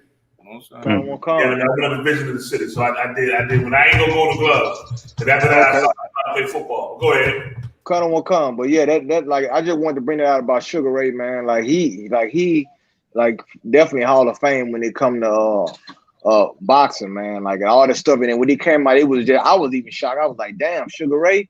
But that go to show you, man. Like in these sports, this is what go on, and it's like anything that's a company culture. It's if you can't change anything until you get everybody out. You got to really dismantle the whole thing because these people have 30-year, 40-year career. They have an extensive resume of people who they train. They don't want to remove those people. They're like, man, if I want to be the best, I got to have this trainer. But at what cost? Yeah. Yep. Even with Mike Tyson, remember Mike and all, because he was molested, as you say, they take the anger and because they can't deal with, you know, of course, there's no outlet and real therapy available to deal with it. Really, I'm sugarcoating it. There's no justice or no judgment down on these abusers. That's what it really boiled down to. Lack of justice and judgment on these abusers. And you had to suck it up, but that thing had to come out somewhere. And it's going to come out in the boxing. like with Sugar Ray and Mike Tyson. Mike Tyson said he was the best in the world, and people would come up to him and be like, Mike, you the best in the world. But internally, he would be like, who are you talking about? I'm a piece of this, and I'm a piece of vomit. I ain't nothing, because of how damaged he was. He's like, if you could really know me, you would see that I ain't nothing. Like, I take this aggression and do it and turn it into something else. Like, this thing destroys people, destroys us. And men and women we would have in our community, but it makes a prize for our oppressor. Like, that's Simone Biles. I'm sure if you really get into her whole story, the reason she could do them flips is because she was really trying to die. She was really just trying to go out there and just do some crazy shit. Crazy, just go out there and just take out the pain, but it turned into a vehicle for her. Same thing with Mike. The things Mike doing, people always say it, you can't train that type of punching, that type of swing and punching power. You can't train that, but you could molest it into somebody though. Ray could make 2 punches sound like one. Think about how much force and focus with all the hell in the black community you have to go through to be able to do that consistently, and this thing's still going on. Like, to destroy us, it makes a prize for them. And the more we destroy it, is the more jewels they get for their crown and for their country and for their, prowess and stuff. But the expense is too great right now. We're running at a serious deficit. So it's like everything is so heavy too. As we was on the topic with Simone Biles, right?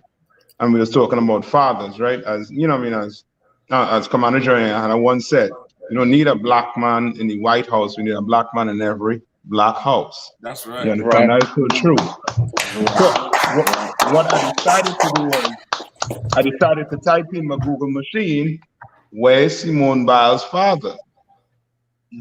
And lo and behold, she grew up without her father. Yep. You know what I mean? 2 to 5 years. I think at 2 years, her grandparents signed the adoption paper because her mother and father, they were both alcoholics and drug addicts. Right. You understand? So you can imagine the pain that sister grew up with.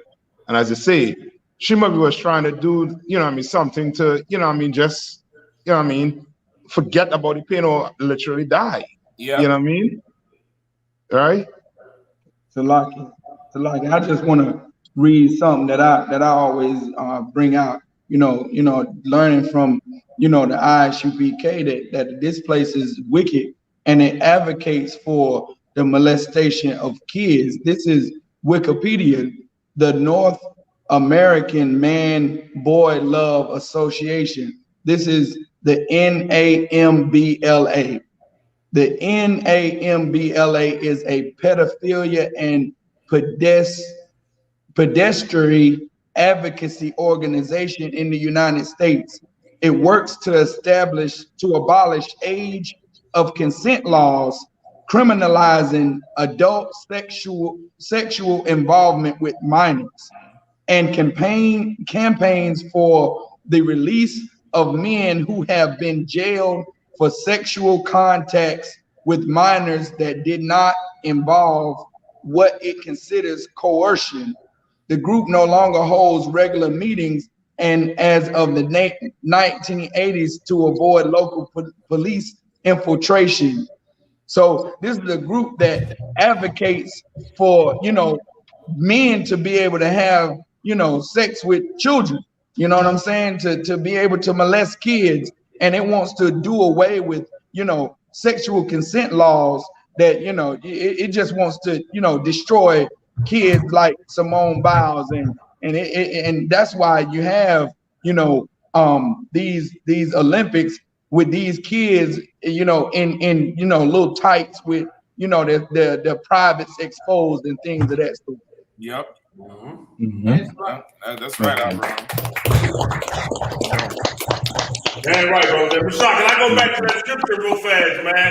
The brother continued reading Micah 2 and 10, because the last part of that scripture is very important, and it touches on what we talking about, man.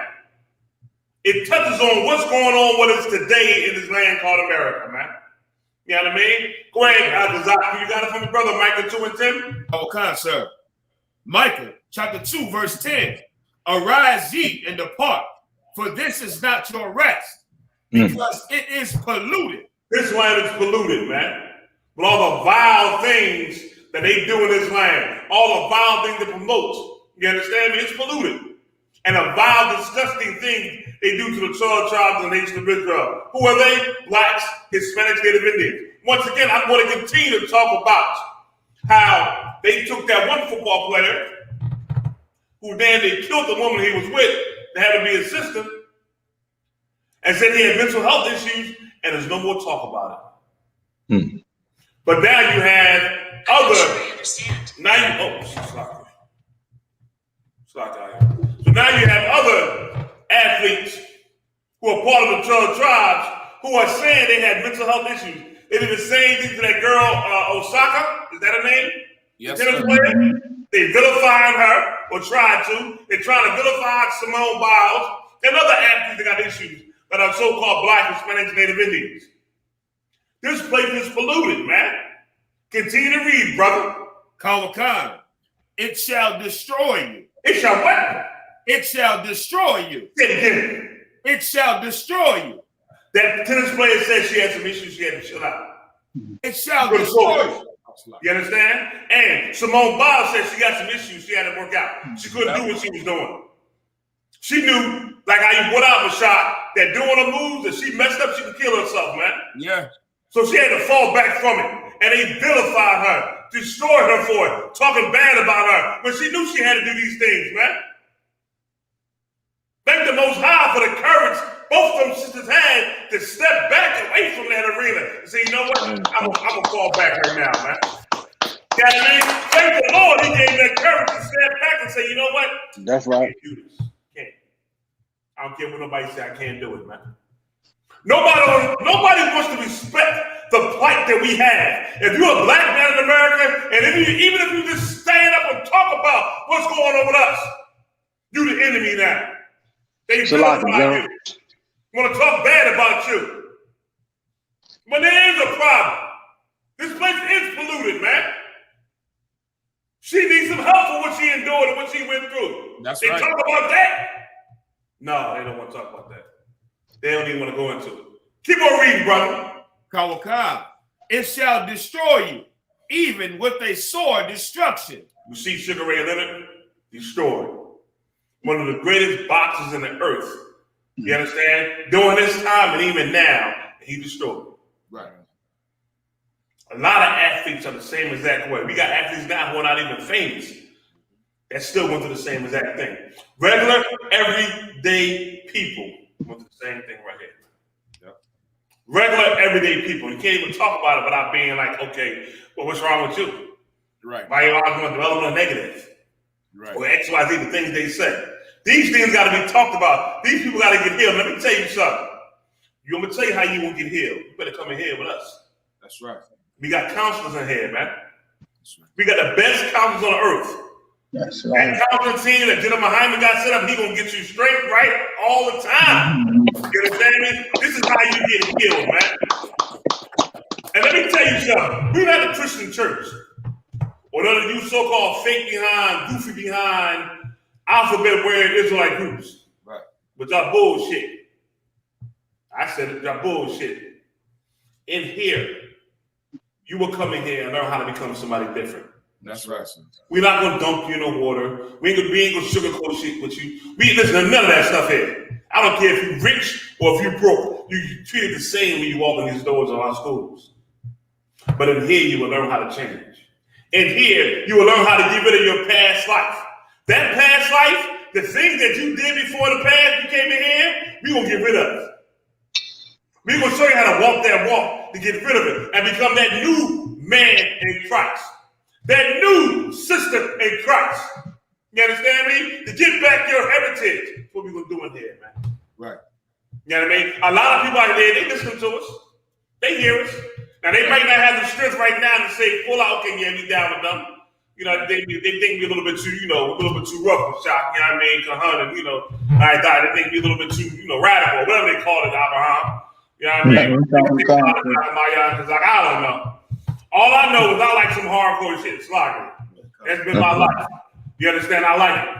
And this here, taught me how to fight myself. That's right. Get rid of my demons. And we're going to teach you how to do the same. And that's just going to heal you. And get you right, man. You understand me? It gets you right. Because if not, you're going to stay in this place and you are going to be destroyed with a sword of destruction. You might not be able to see it outwardly, but inside you're messed up. Did you hear the article of Ms. Shock when you read about Simone Biles, when she found out that the thing that's going home came out, she had to pull over and cry. Yeah. She had to pull over. She held it in so long, she had to pull over and cry her tears, man. Yeah. That was pain, that is? Yeah. Come on, man. Yeah. Get in the I.S.U.P.K.com, get in class, man. Know how to change your life, man. That's right. Sammy. And Mashak, I know we got a ton more stories, brother. So if anybody has anything to say, let's drop into the mother stories, man. If I could too, so I just want to bring out two more things. If I could. Yes, you can. Come on, Warren. Yeah, with Mr. If also too with because of course the situation with Naomi Osaka, and it ain't just them. They getting the main highlight now. But this thing been, a few decades old. Remember Larry Johnson first told them, we just $40 million slaves. Why you want to talk to me? Marshawn Lynch was like, I'm just here so I don't get fined. Pretty well choke his coach out on the NBA court because he was tired of the nonsense. The college coach in New Jersey, when he spiked the brother in his head with the ball and went and berate him and said that's his style of coaching. Like, we've been seeing it so much, but now coming out and just doing what U.P.K been saying, which is turning your back on them. Now we starting to see it, and that thing should be commended so much because we human too. We human at the end of the day. After it done make us, hit our heads and get concussions in the NFL and break and have our shins explode in the NBA, like that happened to that NCAA basketball player where his leg exploded after he jumped. All those things. We go home and we human beings, we go to the Costco and the Giants and we fill our tanks with gas and we pick up them kids from school. We are human beings at the end of the day, and we should be able to take a break. Everybody be able to take a break. There's this other athlete. I just wanted to bring this out too. His name is Adriano. He's what Americans would call a soccer player. He's a football player. He's from Brazil, from the tribe of Asha. And when he was young, he was a force to be reckoned with. He's like 6'4". Ridiculously powerful. Just a ridiculously powerful dude. And he played in the Italian league, right? He played in the Italian league. He came from, the streets of Brazil, suffering. And he went in that league and just tear them all the way apart. And they had him as the next top player in the world. Huge brother. His father raised him, and his father loved the game. He said he didn't necessarily love the game, but he loved his father. And because he loved his father, he went out there to play for his father. He said his father died just when he signed his contract to come to Italy. And it was so where the Italians wouldn't really support him in going home to grieve for his father. And this brother had a mental breakdown, sir. And at 22 years or 23 years, he could not play anymore, and they couldn't understand why. And the media crucified him. Crucified him. He turned into a horrible alcoholic. He started fighting and whooping everybody's ass because, of course, he's 6'4" and he's from the tribe of Israel. Now he ain't have a care for it. Well, this brother recently tweeted Simone Biles, right? He recently sent a tweet to Simone Biles. And I looked at it and said, even in our pain, like how the scriptures say, give me Jeremiah 15:5 real quick, please. Right? Even in our pain, the good thing is we starting to recognize each other. Ain't no African coming to support Simone Biles. Nope. Ethiopian coming out and saying nothing. You have it? Read it for me, please. Okay. Jeremiah. Let me get Garawadi. Come on. The book of Jeremiah, chapter 15, verse 5. Go ahead. For who shall have pity upon thee? Who will say that again? For who shall have pity upon thee? One more time. For who shall have pity upon thee? Jeremiah asking, who gonna feel sorry for Israel, man? You just come out of COVID. You don't know what this girl's mental state is. You don't want what these brothers suffering. who will have pity upon us? Who will feel sorry for us? Go ahead. O Jerusalem. Go ahead. Or who shall bemoan thee?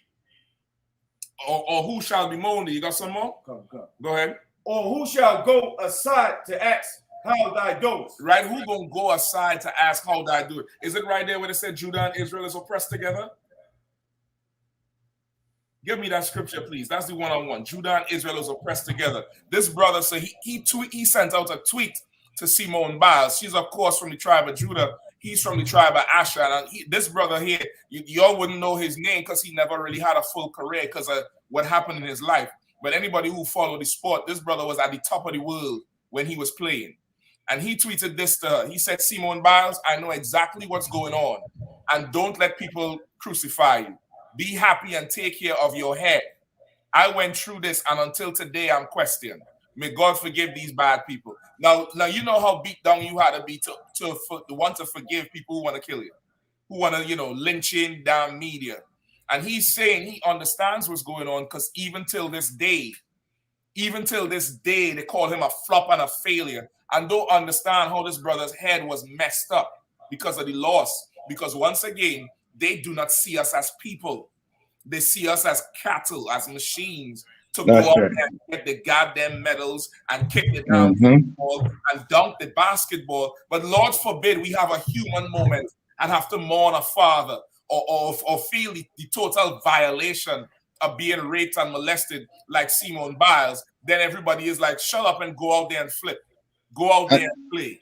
And still, I kick up to Michelle. I mean to cut you off. Go ahead, please. But what you're saying is so heavy because I have a story right in front of me right here. I don't know if you all heard about it. It's about this is the headline: Algerian Olympian withdraws from games due to potential matchup with Israeli competitor. So he removed himself from the game just with the thought of him having to go compete against Israeli. Yeah. You understand? But they ain't bringing that out. He ain't suffering nothing mental. Right. You understand? But brothers and sisters that have mental conditions, they want to, as I said, they're treating us like cattle. Yeah. You know what I mean? Just forget about it. It's the same thing to do with us with slavery. Yeah. They tell us as a nation, forget about slavery. You know what I mean? That was in the past. Don't worry about it. Move on. Lace your boots up. Yeah. You know what I mean? Go to work, go to school, move on. We as a nation messed up mentally, and they've been telling us the same thing too. Exactly. It's like a horse that don't want to run. They go in there and kick the horse, beat the horse, and then finally want to put the horse down. And that's how they treat us. They treat us just like that. And even I want to tie this back to the critical race theory. I ain't never letting that mess go. Like, how dare you tell us not to talk about our pain and to call our pain a goddamn theory. A theory didn't enslave black people. A theory didn't lynch black people. A theory didn't light our mothers on fire and rape our mothers. A theory didn't damn near genocide the Native Indians and the Hispanic. That was real life people. Critical race theory is America's history. Time for you to face your goddamn demons, man. Time for you to face what you did. If I could get the scripture real quick, Salah. The book of Jeremiah, chapter 50, verse 33. Please. Thus saith the Lord of hosts, the children of Israel and the children of Judah were oppressed together. Now you're going to tell me this ain't the Bible. We are the ones who oppressed together. This brother went through the same thing, not any molestation, but the same crucifixion by the media as this sister from the tribe of Judah. The children of Judah and Israel oppressed together. Naomi Osaka is from the tribe of Levi, going through the same goddamn thing. Mike Tyson went through it. Sugar Ray Leonard went through it. Marshawn Lynch went through it. Latrell Sprewell went through it. Say again? Colin Kaepernick, how I could forget him, went through it. Listen, that Tiger Woods, he went through it too. That's why he talks so robotic. And he said, I'm just saying, I'm just trying to get my club and this, that. He trying not to hear that, get that bass coming out in his voice so you don't look at him like he a goddamn nigger. Like, how much more you want us to cut off from ourselves so you can enjoy a race? You can enjoy something that lasts 9-10 seconds. We got to cut off everything from us. This place needs to burn down, man. That's right. This place needs to burn with violent fire and judgment from the Lord. Because don't nobody give a damn. Right. Don't nobody care. Don't nobody care anything about us. Let one of their white players or gymnasts or something step down. There's going to be a whole psychological analysis of what happened with them. That one who went down there and got high and lie and say he was robbed in Brazil, Thorpe or Phelps or one of them in the last Olympics. And when it comes to find out, he was the one who was high and terrorizing the locals. They did an analysis on him. And they say he was stressed out and this, that, the other. But when it happens to us, we treat it like animals. So it's absolutely horrible. I pray every athlete just walk off the tracks and leave the Olympics, man. No medals for nobody this year. Right. Y'all watch them Ethiopians win. Right. What he's saying? What Captain Shark is saying is so heavy. Like we train hard from youth. And we train hard from youth all the way up to a teenage age or a young adult age, just to entertain our oppressor for 30 seconds. Just for 30 seconds, man. We train our whole lives to attain our oppressor. Like General Hazayam was saying, this is not our resting place, man. Right. And like the Bible saying, Isaiah 57 and verse 21, you know what I'm saying? There's not going to be no peace for us until we come back to the Most High and clean ourselves up, like General Hazayam is saying. Like we gotta and this is how they get us. We poor as hell. Blacks, Latino, and American Indians, we poor as hell. So we'll look for any escape. We'll look for any opportunity to get some money. Right. So of course you're going to sign an NBA contract. Of course you're going to run in the Olympics. Of course you're going to become. Think about it. And we were being molested and being used in all these different areas: the Olympics, the NBA, the NFL. You forget about the Hollywood, right? The young Disney stars. How many Disney stars go crazy because they was molested as kids? Britney Spears. The other one there from Peru or Bolivia. What's her name? Demi Lovato. Trying to kill herself. So many young Hollywood stars. Dave Chappelle said he had to go mourn somebody's death in his family, and Hollywood is calling him on the phone to try to get him to go back to recording something, and he can't even mourn the death of his family. Dave Chappelle, comedian. So no matter, a black man, Latino man, when you entertain the world, the devil just wants you to entertain the world and have no other life but that. Right. You know what I'm saying? Our only escape is the Most High in Christ, and the black man, Jesus Christ. That's it. Right.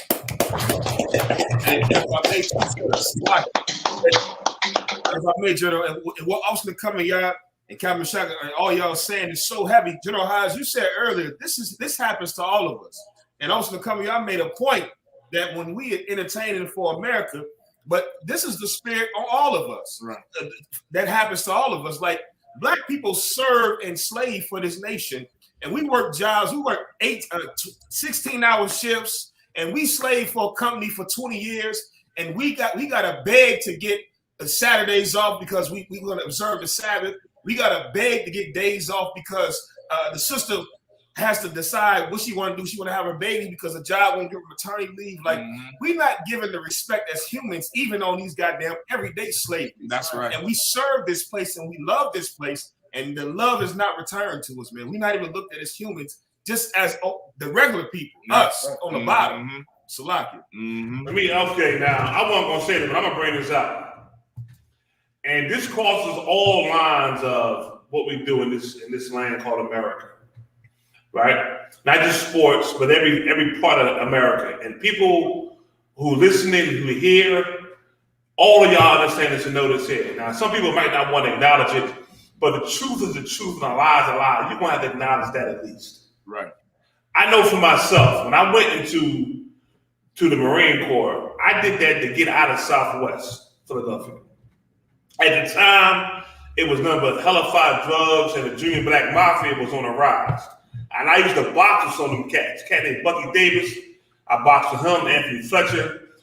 Two-Tone, I boxed, that's Anthony Fletcher, but his brother, who was the middleweight champion for a while, and Mr. Turnerton, right? So I wanted to get out of Philly and get away from all the burden and the drugs, right? I went to the Marine Corps. Now, when I went to the Marine Corps, I put my whole heart and spirit into it. You hear me? Because I figured that was my way away from all the things I was suffering growing up in the ghetto. I mean, I put everything into it. I got meritoriously promoted out of boot camp. Got to my unit, was getting all these awards and shit. Now, in the military, because you know this, and if anybody else in the military, y'all know, they give you proficiency and conduct marks, right? Okay. The highest you can get is a 5.0. I consistently had 4.9 and 4.8 consistently. I had one of 4.7, one of 2, right? But it was always high marks is what I had. And you know when them high marks stop? This when it stopped. In the military, you know, they tell you to shave. And I shaved, and I started getting razor bumps. Anybody had razor bumps before? I mean, it was to the point to where my face was turning red with bumps all up under the head. It was terrible. And I talked about it before. I used the magic shave, and the magic shave wasn't working. And if you use magic shave too much, you gotta leave it on longer and longer, and it burn your face. I burned the hell out of my face. And this cat in my unit, he was my squad leader, right? He said, yo, what's up? What's your face? I said, man. He said, go get a no shaving chick. I said, nope. Now, no shaving chick is a chick where it says you can't shave for a while to let your hair grow so it can heal. And when he told me to go get one, I said, nah, I ain't going down to get one. He said, I'm telling you to go get one. I said, well, I ain't doing it. I said, because if I go do this here, it's going to be all hell to pay because I want to not shave my face is burnt up. Now, before this here, okay, I know in the Marine Corps, to be a team leader, you had to be an E4 and above, which means you had to be a corporal and above to be a team leader. Most squad leaders were sergeants. Well, in my battalion, the 3rd Battalion, in Marines, I was the only non-NCO that was a team leader. I mean, I was the E3, and I had cats under me. That's how good I was at my job. And that's how much I put into it. I mean, I learned that motherfucking job. You understand me? And I was always a go-getter. Ain't play no games. So they gave me a team. I was the only cat that was a Lance Corporal that had a team. So I go shave. We had formation. We on a boat. And the staff sergeant walked in front of me. And he seen my face. And he said, what the fuck is that? I ain't say nothing. Marine, you hear me talking to you? I said, this Marine was instructed by my squad leader to go get a no shaving chick. And it was 2 or 3 other brothers in the first squad who had no shaving chicks. He stepped back, got pissed, dismissed us, and called me down to his quarters. I went down there, and there was a corporal down there, this Benjamin cat from New York. I couldn't stand that cat. God damn. That motherfucker there. He got I'm so we go down there, and listen, he down there berating me. You hear me? He berated me for not having the hair on my face and no shaving shit. I'm trying to tell him, yo, I was told to go do this here. He was not trying to hear it. It got so bad that he was in my face. I stepped back into a fighting stance. That's how bad it got. And he kept saying, get back at parade rest. Get back at parade rest. And by that time, I was zoning out.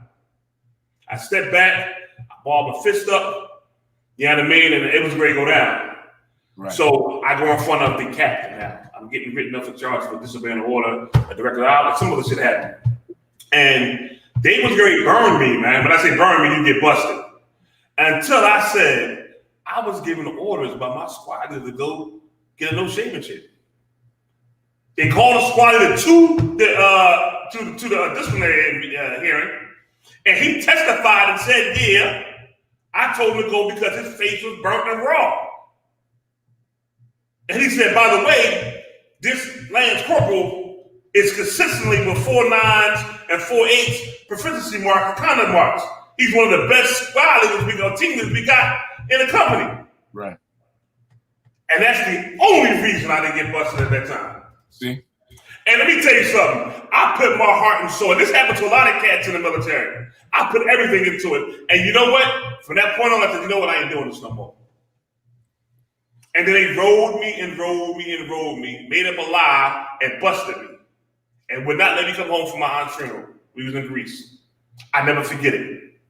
But I was a cat listen, I was about that business in the military. You understand me? After that, I said, no more, I'm done. Built my forearm out. It's over. That happens across all the lines with us. Right. It's how they do. It is what they do. Yes, because sir. this is not our rest. Yes, sir. You understand me? Our rest is with the Lord. That's right. And doing what he say do. And coming back to him as a people. Not single individually, as a nation we're gonna come out of here together. Yeah. All 12 tribes. You understand me? So this thing that's going on with Simone is at the headline, but underneath that, it's a bigger picture because it hits all of us. We've all been through things. Mashak, you've been through it. Hell yeah. Doc, you the hell done been through it. Hell, shit. Kahanna been through it. Y'all don't even know what Kahanna been through when he was in college. Yeah. You understand me? It's an undertone that goes on with us. And when they tell you, suck it up. Yeah. You whining. Yeah. I say, ain't nobody whining because when it happened to you or your sons, now we got to find out what's going on. What's the real breakdown of this here and other? We got to have mental issues that's going on, different things going on. They get all the support on earth. Us, we got to suck it up. Yeah. We got to suck it up. That's why the Lord said this place is not our rest, man. We got to depart. I'm going to say depart, meaning we ain't going to leave America. No, we ain't going nowhere. Right. But take your spirit out of here. Yeah. The Lord said we got Hanukkah, Purim, Passover. That's right. Day of Atonement. We celebrate those days. The other holidays, we don't celebrate them no more. Yeah. Put our spirit in becoming Hebrew Israelites, how the Bible says, and live this life, man. Mm-hmm. That's how we come out. Rashad, nobody got nothing to say. Let's go on some more stories, brother. If I could say, I know we right up on the time. If I could just show y'all two more things, I think this might be the whole theme for tonight because I'm about utterly pissed off with this whole sexual deviance thing with the Olympics and the abuse. I'm all the way, and then they want to tell us critical race theory. No, we can't even talk about it. I want to offend them every day and night until Christ come back. So that's right. If I could, they had this. I want to show you all this here for just to put in perspective how rough it is for them. Now these is oppressors, of course, but this is their so-called gymnastics training. And these is young kids. These kids got to be about 4 or 5. Maybe 6, maybe small 6-year-olds. I would say 6 at the most. And this is their so-called method of flexibility. And these young girls are literally crying. And this, I'm sure this coach here was a former gymnast, and she went through it. So of course she doesn't give a damn. Everybody got to go through it. And just pay attention, really, how brutal this thing is here. I don't know if you hear any girl crying. See, she puts her hands up to the coach. The coach put the hands down. She put her hands up on the coach's hand. Like she's trying to stop her. Look, she's trying to stop him. Mashak, you see that? And she was trying to stop her hands. Like, yo, that hurt. Yep. I hear her.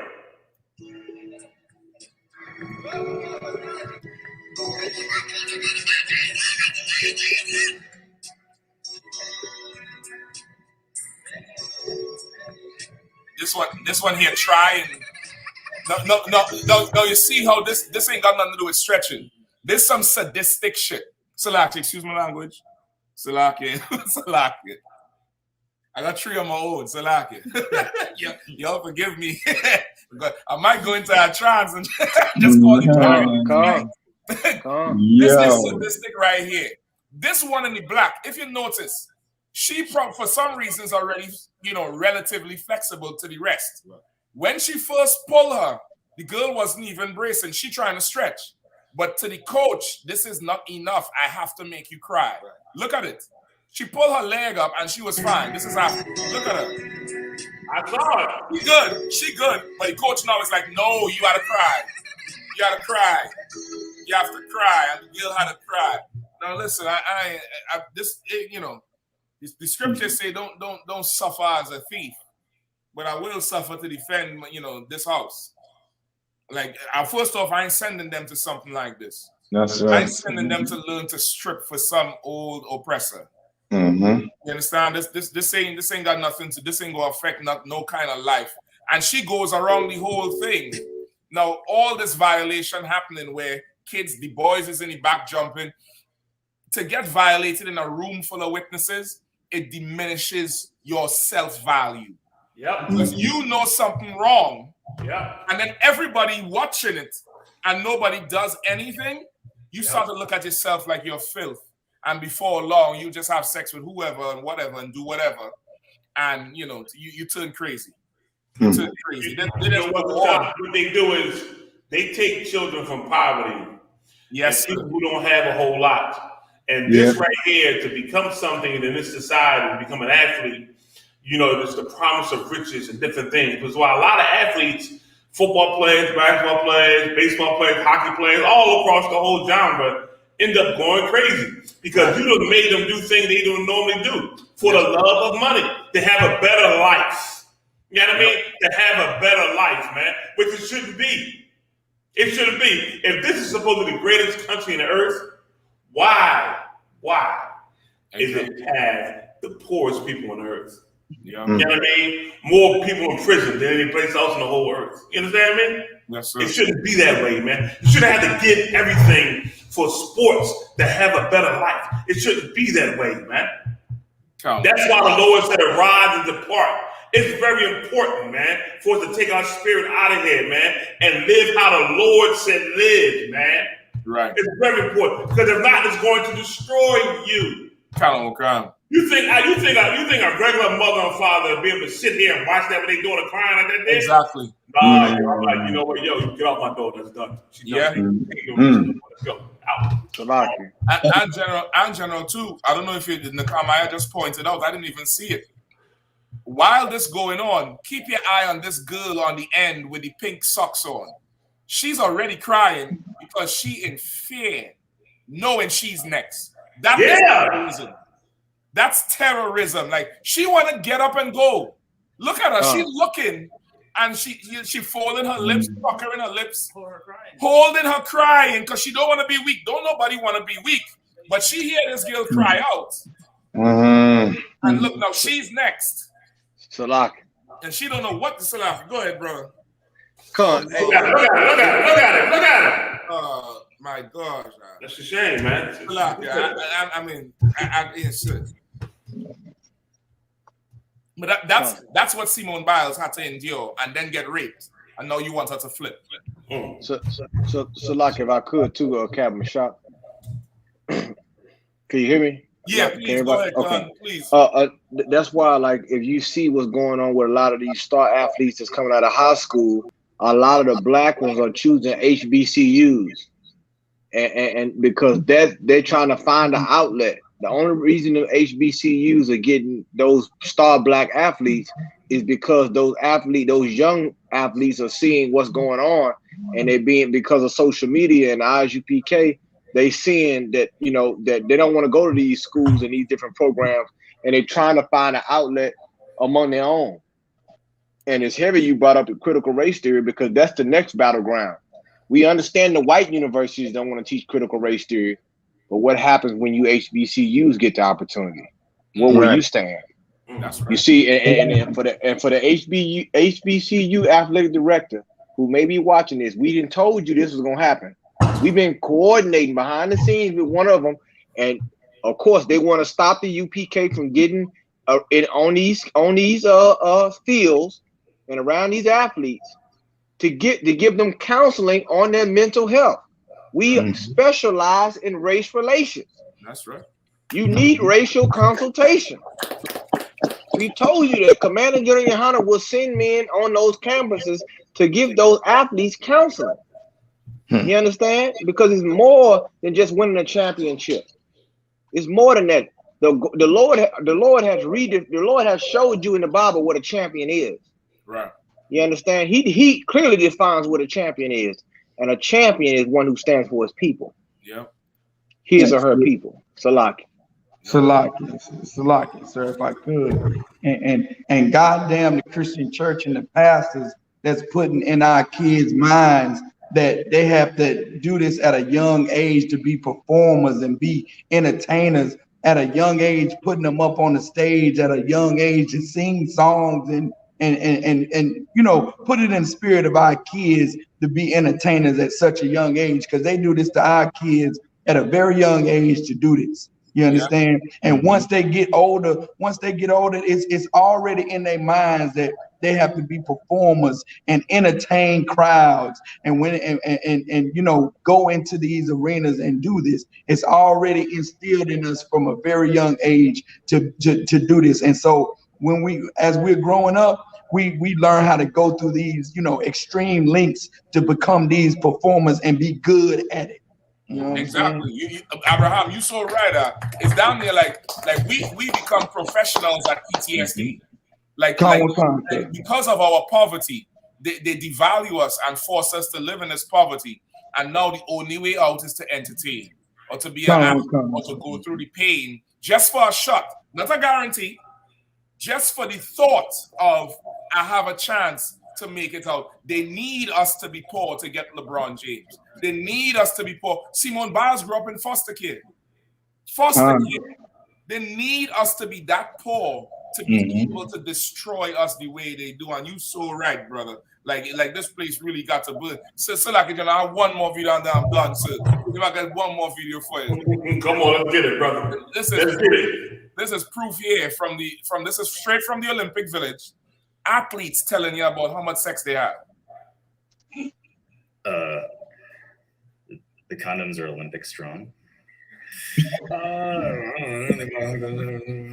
It's a bunch of athletes, and they hand out a lot of condoms. So, you know, what are you gonna do? I don't know how gossipy I want to be. I think there was like loss of virginity in our Olympic Village, which is crazy. It happens. Incredibly good looking, perfect bodies, tight spandex. Of course, it's gonna be fucking up. He sound like he's talking about a man. Yeah. Tight bodies. Look at this piece of trash. This piece of trash. The lockers of the NAMBLA.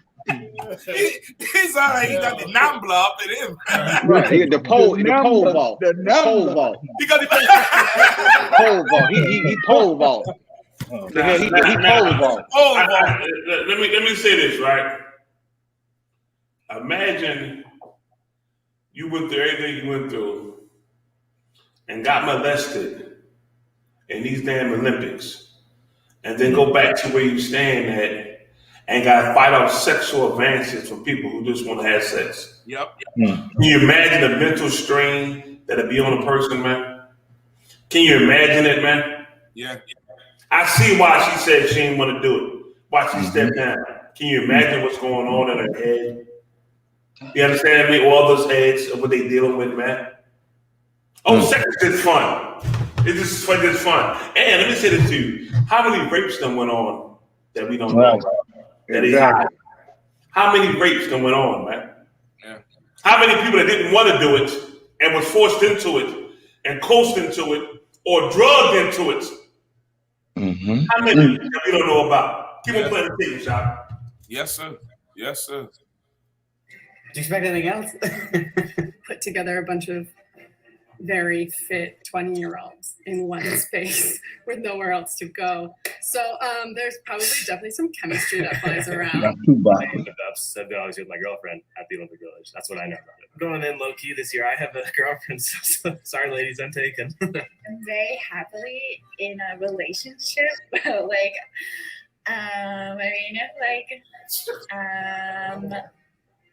She thinking about it. She thinking about hoeing. You see it? She paused. She say I'm in a relationship, but well, he is Chinese. She paused. No, I'm happy in my relationship. But no, I'm happy. It's hoeing. I hooked up with everyone. Winter Olympics. I'm gonna play that one more time. I hooked up with everyone. Oh, look how she look up with her mouth open. They just let you like she's fantasizing. Like look. Oh my goodness. Yeah, these people are disgusting. Listen, how the scriptures say her mouth open to every fountain in the Apocrypha. She opened her quiver to every arrow. She said, I hooked up with everyone. But now they are the age where it could be considered a life choice. But they go through the abuse young. So this is, you done been sexualized. This ain't a life choice. You just keep on going, Mashak. Play the video. Answer. Winter Olympics. It's cold, and you need to snuggle. Oh Lord, child, no! I don't want to hear about all that. All my teammates and all my friends are going to be making the most of it, and I'm with them in spirit. Honestly, I'm not just saying this. I know nothing about the hookups that happen in the Olympic Village. Nothing. Use your phone. There's so many applications. It's pretty easy. So Bumble, Tinder, easy. It's like if I could right there too. So there's a I believe is the one with Gail King, whatever network that is. They did a story a few years ago about the Winter Olympics, and it was so much sex going on. The Tinder app crashed because of how much they was hitting the Tinder app. It got a surge because they was sexing so goddamn much. Once they don't qualify, once they don't have to run the final race, they're there for 3 weeks. They don't flop out, pull a hamstring. What else you gonna do? I don't have a Tinder, so I don't want to be offensive to anybody who does have Tinder. My last Olympics was when I first learned about Tinder, and it was the best place to go because everybody on it was just a bunch of hot babe Olympians. If you saw with Olympic rings on them, wouldn't you take them like every day? I honestly didn't see one condom the whole time I was there. Which was funny because they're supposed to be passing out to everyone. I didn't see one. So hookups in the Olympic Village. I don't think you're supposed to talk about hookups in the Olympic Village. I think that's supposed to what happens in the Olympic Village stays in the Olympic Village. I don't know just firsthand hookups in the Olympic Village. You know, a bunch of young athletes. Most of them are pretty good looking, and you know they've been away from home for a while. Do I have to say any more? I mean, really? Not that many athletes in one place. You know, things are bound to happen. Things that happen in the village, you know, there's a lot of downtime and stuff, but there's a lot of cameras and security everywhere. So you definitely have to be sneaky if you're going to try and get away with anything. I wish I had some good juicy stories for you, but man, I'm square. Maybe this being our second Olympic Games will be with the cool kids and they'll like invite us out. To Someone tell us where the party is. Where's the party at? So lucky, and of course all people up in there, but it's known that when they go to these tournaments, and not just the Olympics, any one of these games where they go and represent the countries and they have to go away for a time and stuff like that, it's hoeing going on. And it's because that's the type of environment that produces world records, not mothers and not warriors who go, you know, stand for the truth and fight their flesh, as the general was bringing out, and fight against their addictions. But this is the type of environment that produces world records and produces your long jump and your javelin records. So if you enjoy the Olympics, you have to enjoy all the damn near prostitution and pedophilia that goes on. If you enjoy the Olympics, if you really enjoy it, this is what's going on. Now you see why they make them run naked. Now, Shaq, I wanted you to play the whole thing, right? Because I want everybody to hear and get a little taste of what really goes on. You know what I mean? I know we say a lot of things, and people don't always tend to hear us, but to see it for yourself, you know what I mean? Because we do extensive research when we speak about a subject and topic to bring our facts. And we gave you a little bit of the facts that we find ourselves about different topics and issues. So when the beginning of the show, when Captain Mashak was talking about how it's about sex, there it is. Yep. There it is. The cat said, all these people here with they fit bodies. You understand me? That's all they're looking at. Now, can you imagine a man who's supposed to be a trainer that's a pedophilia, see a young kid growing up with a fit body? What do you think he's going to do? But it's why all these young kids been getting molested, man. Yes, sir. You know what I mean? This is why all these things are going on. And parents are letting it happen for the fame. Yeah. For a little bit, a couple of dollars. You are going to sacrifice your kids for fame, for money. You give your kid to Molech because you want something that you couldn't have, or you want more money. That's being a bad parent, man.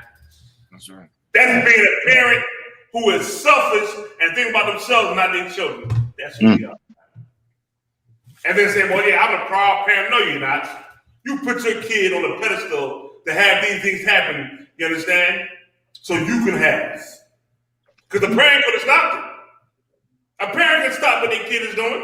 Right. All you gotta do is say, you know what, no, you ain't doing that. It's done. Right. You can stop it.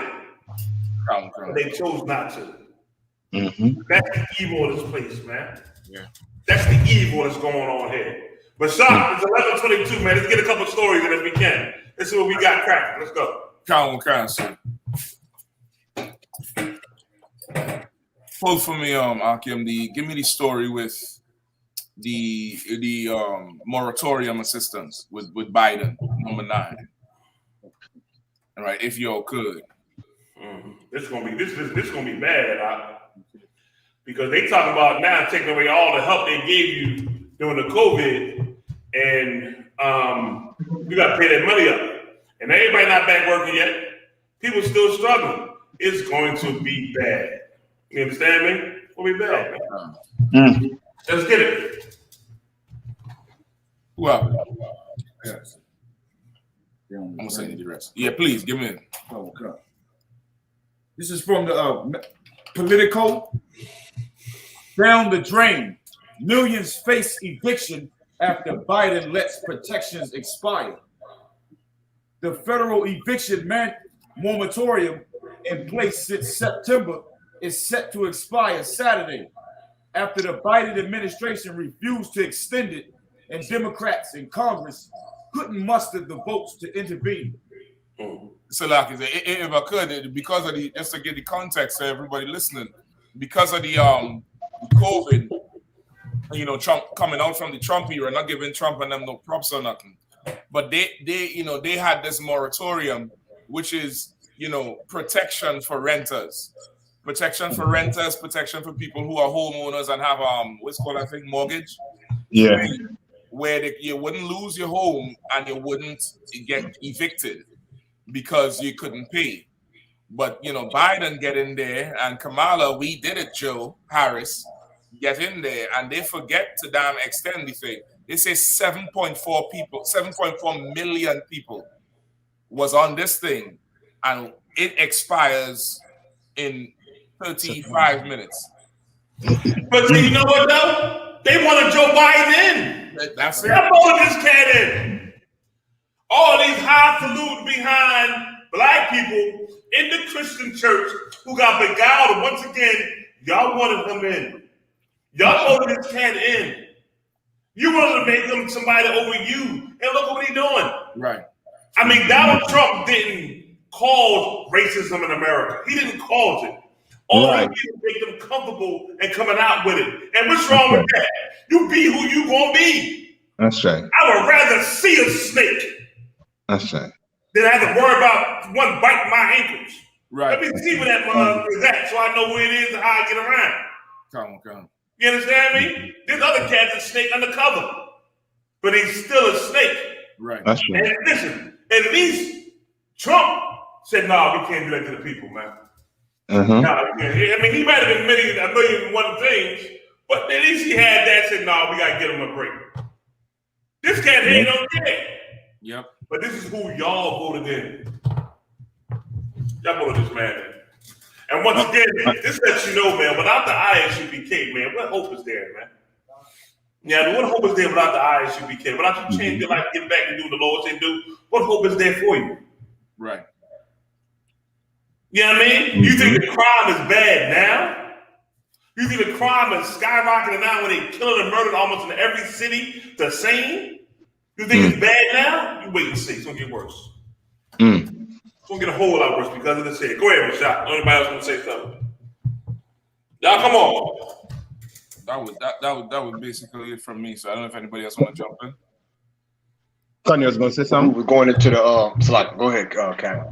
No. I was asking you going to say something. I'll go after you.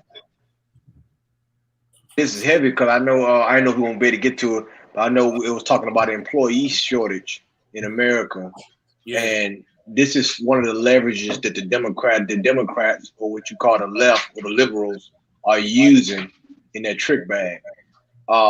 They're saying that it's employee shortage, so a lot of them believe in letting this.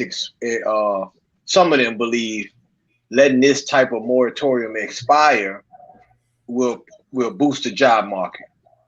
We'll say, well, they're going to go to work now, because there's two things happening right now with the economy and the COVID. The plague the Lord has put on America has exposed a lot of it. The employees and the employers are saying two different things. The employees are saying that, the employers are saying that people don't want to work because they're quote unquote too lazy, and that the companies don't want to pay because they're quote unquote too greedy.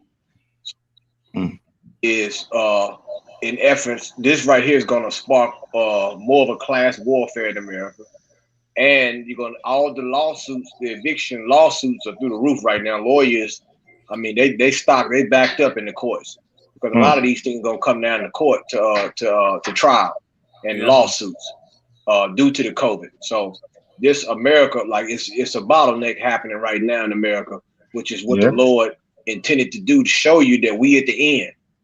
This right here, like General Haas just brought out, did he not? In the scripture where it said, "This is not your resting place." This this story right here is a perfect example. What you need a place to rest, and you get evicted in the land of the free, in the land of opportunity. This is not your rest. It just goes back to what General Haas when he brought up the scripture on that scripture. So it's so important. So like I said, and what's so crazy too is they're saying that they have the money. They have the money right there, sitting right there. They just forget. How the hell are you gonna forget? You know what I mean? Over what? Over 7 million people you're talking about. You forget to sign some documents. Sleepy Joe. Sleepy Joe. Yeah, and that the whole thing, like the complaining about Donald Trump, but Joe Biden and Kamala Harris, they're looking rather retarded in office right now, sad to say. You know what I mean? Yep. They ain't looking like the fit. They fit to run nothing. Yeah. They came around the house, it seems like. Right. Yeah, it's bad. And that Delta variant coming. So you're going right back into a moratorium climate. You're going right back into that whole climate where nobody could work, nobody could pay no bills. DC mayor just said yesterday, put the mask back on. I thought she was future for a second. 2 weeks ago, she was mask off. Now she's saying, F it, mask on. She said, put the mask back on. Like, don't play with the Lord. Don't play with the Lord. The Lord is bringing this thing to a whole halt. And he's the master at chess. He is cornering them slowly. He cooking them slow, turning them over a grill. And they don't even see that this is what it is. And while they're doing it, just like Egypt, how they said they gave us all their wealth and thrust us out, all the stimulus coming. Pay your tithes. Pay your tithes. Buy some sewing machines. Buy some needles for the sewing machines. And take what they're giving. Like, this is an unprecedented time in America. Imagine they're paying you a stipend for your child. Paying you a stipend to stay home. And in more than what a company giving you. Listen, finally they know why niggas prefer to take unemployment than go to work. Now they see why we take the unemployment. It's like, this is the unemployment check.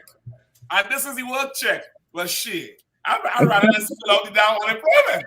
Yeah. These damn oppressors, they're seeing what we were saying all the time. And now their own people calling them lazy. The Lord is a master at war, boy.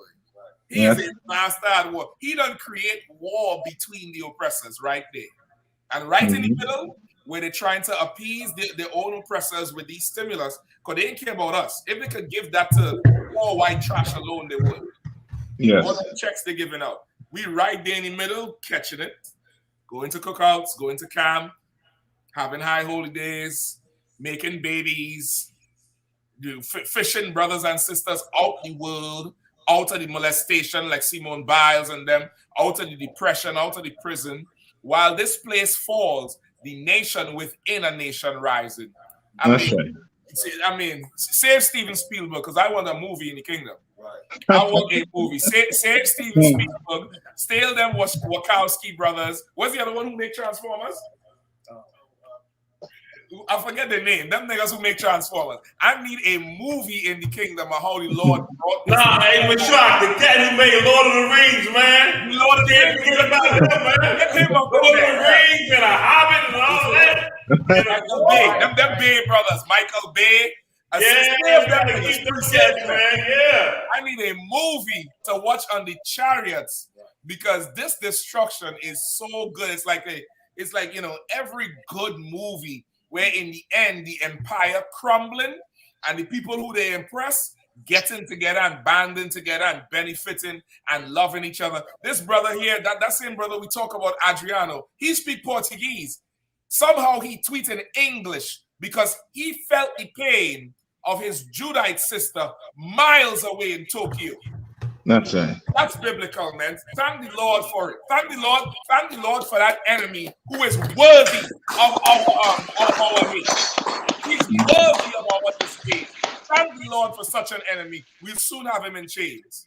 Salah Yasha. I'll take a drink to that. Like, if I could too, what Captain Shock is saying, and it's coming true. And you know, I.S.U.P.K, we are prophets, man.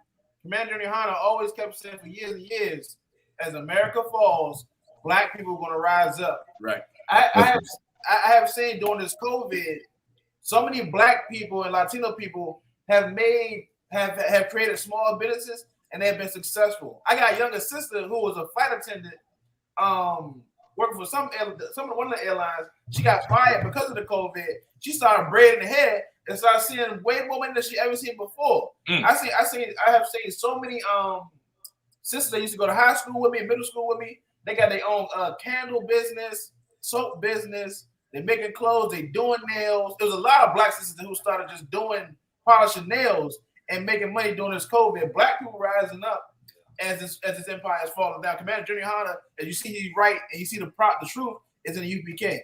That's right. Okay. General prophesying while their leaders while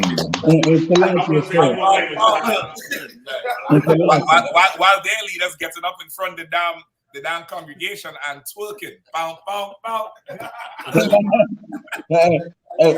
going to say one thing real quick, Mashak. This is for everybody. Right before the COVID hit, when the COVID hit, Commander GEN.YAHANNA, you know, gave a list to everybody to stock their house and get ready. Yes, you know what I mean?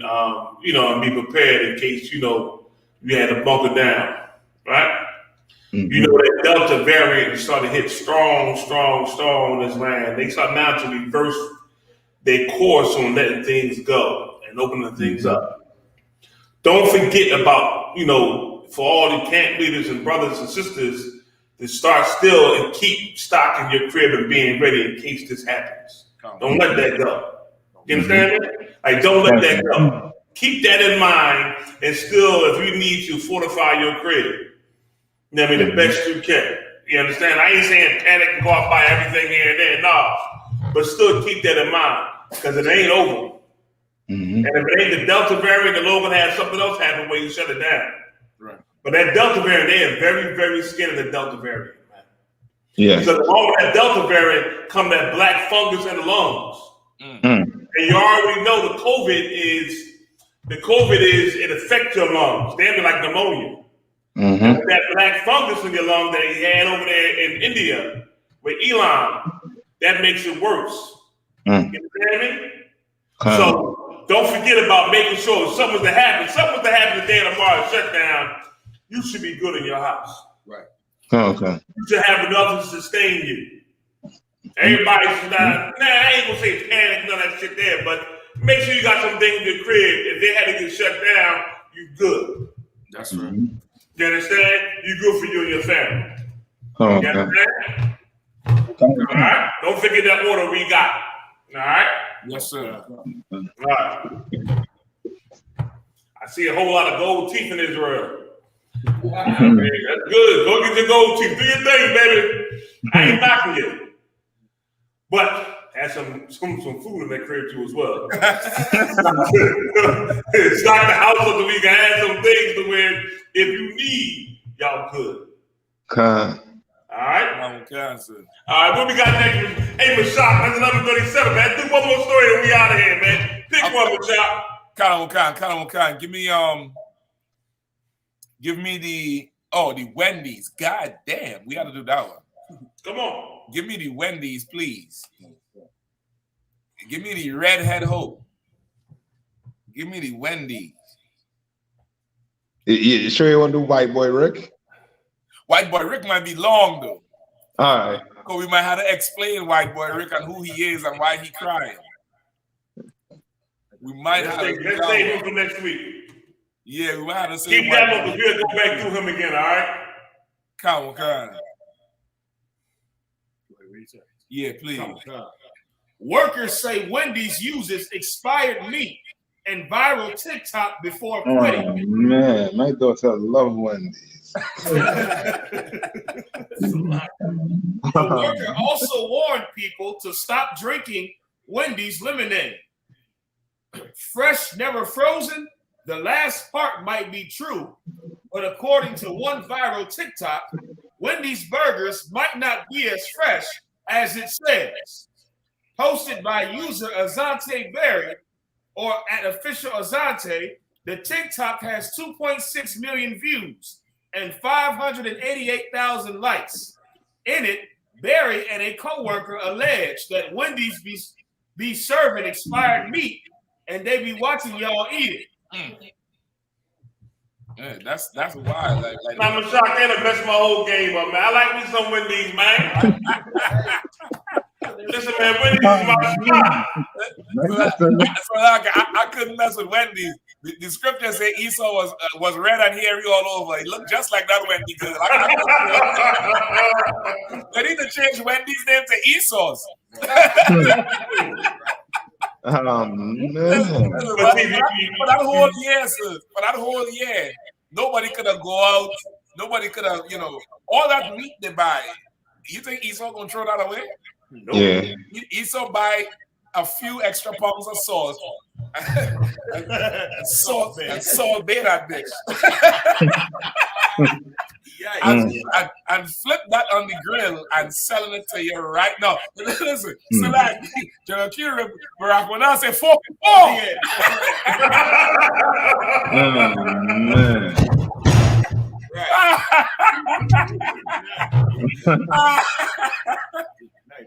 But you know what to stop all that, man? This is what to stop it.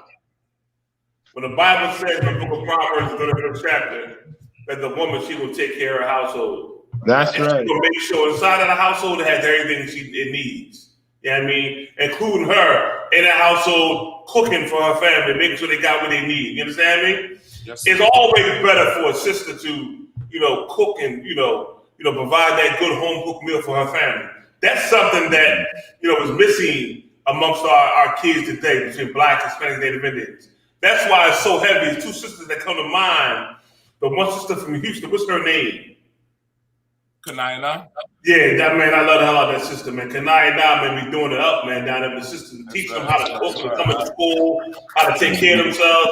And there's another sister as well in Vegas, Manabab, I believe, she's doing the same thing as well. Older sister's doing the same thing for the sisters young coming there. And we need that. That's right. They got to learn how to take care of a house and cook and clean and teach the young ones to come up do the same exact thing. That's got to be taught, man. And that's what we do in the I.S.U.P.K. That's the systems we raise, man. You understand me? So now, during these times when they get rough and get rough out here, we can always know that we come home, we got a home cooked meal. That's right. You know what I mean? Good food, cooked the whole line. Healthy, better than the fast food, all that good stuff, man. But it's what brothers need. But it's what children need. You know what I mean? Can you imagine the children know they're going to come home and have, hey, mom, we having that something. Yeah, baby, I got you right now. They sit and eat up the whole damn house, which is what you're supposed to have. Yep. Now, I take offense. I'm going to say this to you. I take offense whenever I ride by a Chick-fil-A store and the line is around the corner in the hood. You mean to tell me Chick-fil-A cook better chicken than Black women, Hispanic, and Native Indians? Are you kidding me? They give you more healthy, nutritious meals than a Black woman, Hispanic, Native Indian? When a woman is in a right frame of mind, she makes sure her kids have what they need. Yeah, that's right. The right thing. Yep. for them. Make it taste good the whole time. She will test the whole shit. Yeah, they don't like this here. Yeah, you know what I mean? Put all the good nutrients in it. That's what we need back, man. And for sisters to come into school that don't know how to do it, they get taught that. Yeah. Instead of you out here running your goddamn mouth because you upset because the husband got more than one wife and you don't like the other one and the other one don't like you and all that bullshit that I be trying to talk sometimes and keep the bullshit going. Give me the book of Titus real fast. This is the job of what a sister's supposed to do. Right. But they get taught in the UPK. This is how you're supposed to act. Instead of being jealous because the man got more than one woman, knowing he's going to have more than one any damn way. You focus on your household. These young sisters got to get taught this when they come into school, man. That's why it's so heavy what the sister in Houston and what the sister in Vegas is doing for them young sisters, man. Teach them how to dress properly. How many young sisters know that when they wear a dress, they should wear a slit underneath it? Okay. So a nigga can't see your ass. Old school. Old school. How many of y'all know about a slit? Right. To wear a slip under your damn dress so niggas can't see your behind, the crack of your behind. Right. We ain't talking about the pink slip. Yeah, that's what I'm talking about. You read about that, Rashad? We ain't talking about the pink slip from all you that. talking about the slip that's gonna cover your butt. We talking and about your that. crotch. Give me that scripture in Titus, man.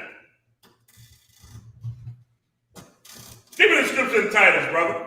So like, General, what did you want in Titus, sir? The age woman, I believe. Yeah, that's the one I want. The age woman, that's correct.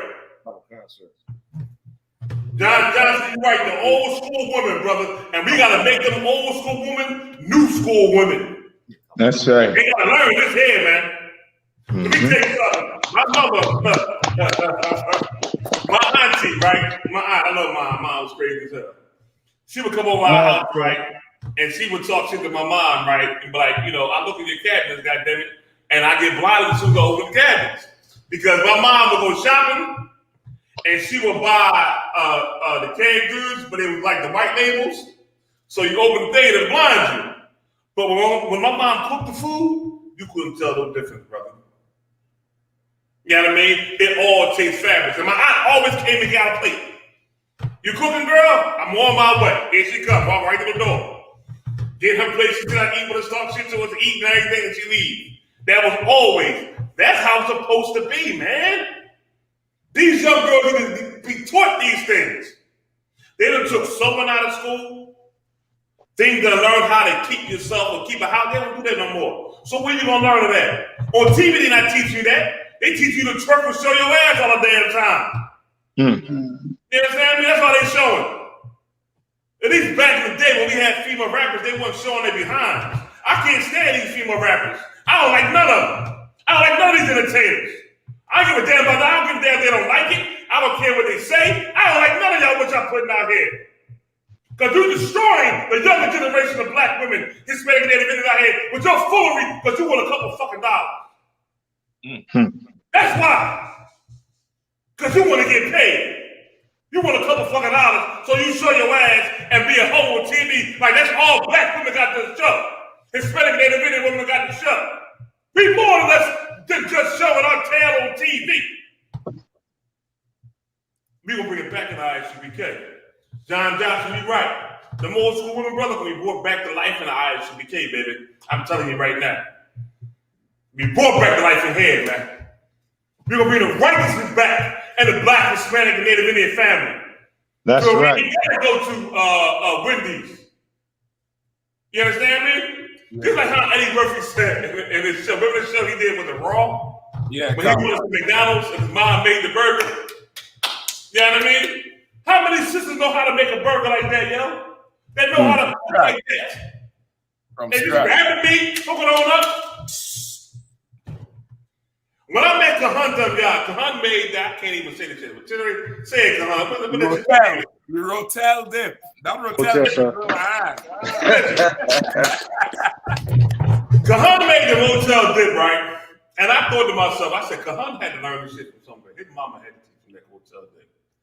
And when I met his mom at the Passover, right, I could tell that's who taught him how to cook. Because she was in tune with everything that's going on with her son. But it's what a mother's supposed to be. You know what I mean? When we talked, it was such a pleasant conversation, but you can tell that she's in tune with her son. That's the role of a mother, man, that has children.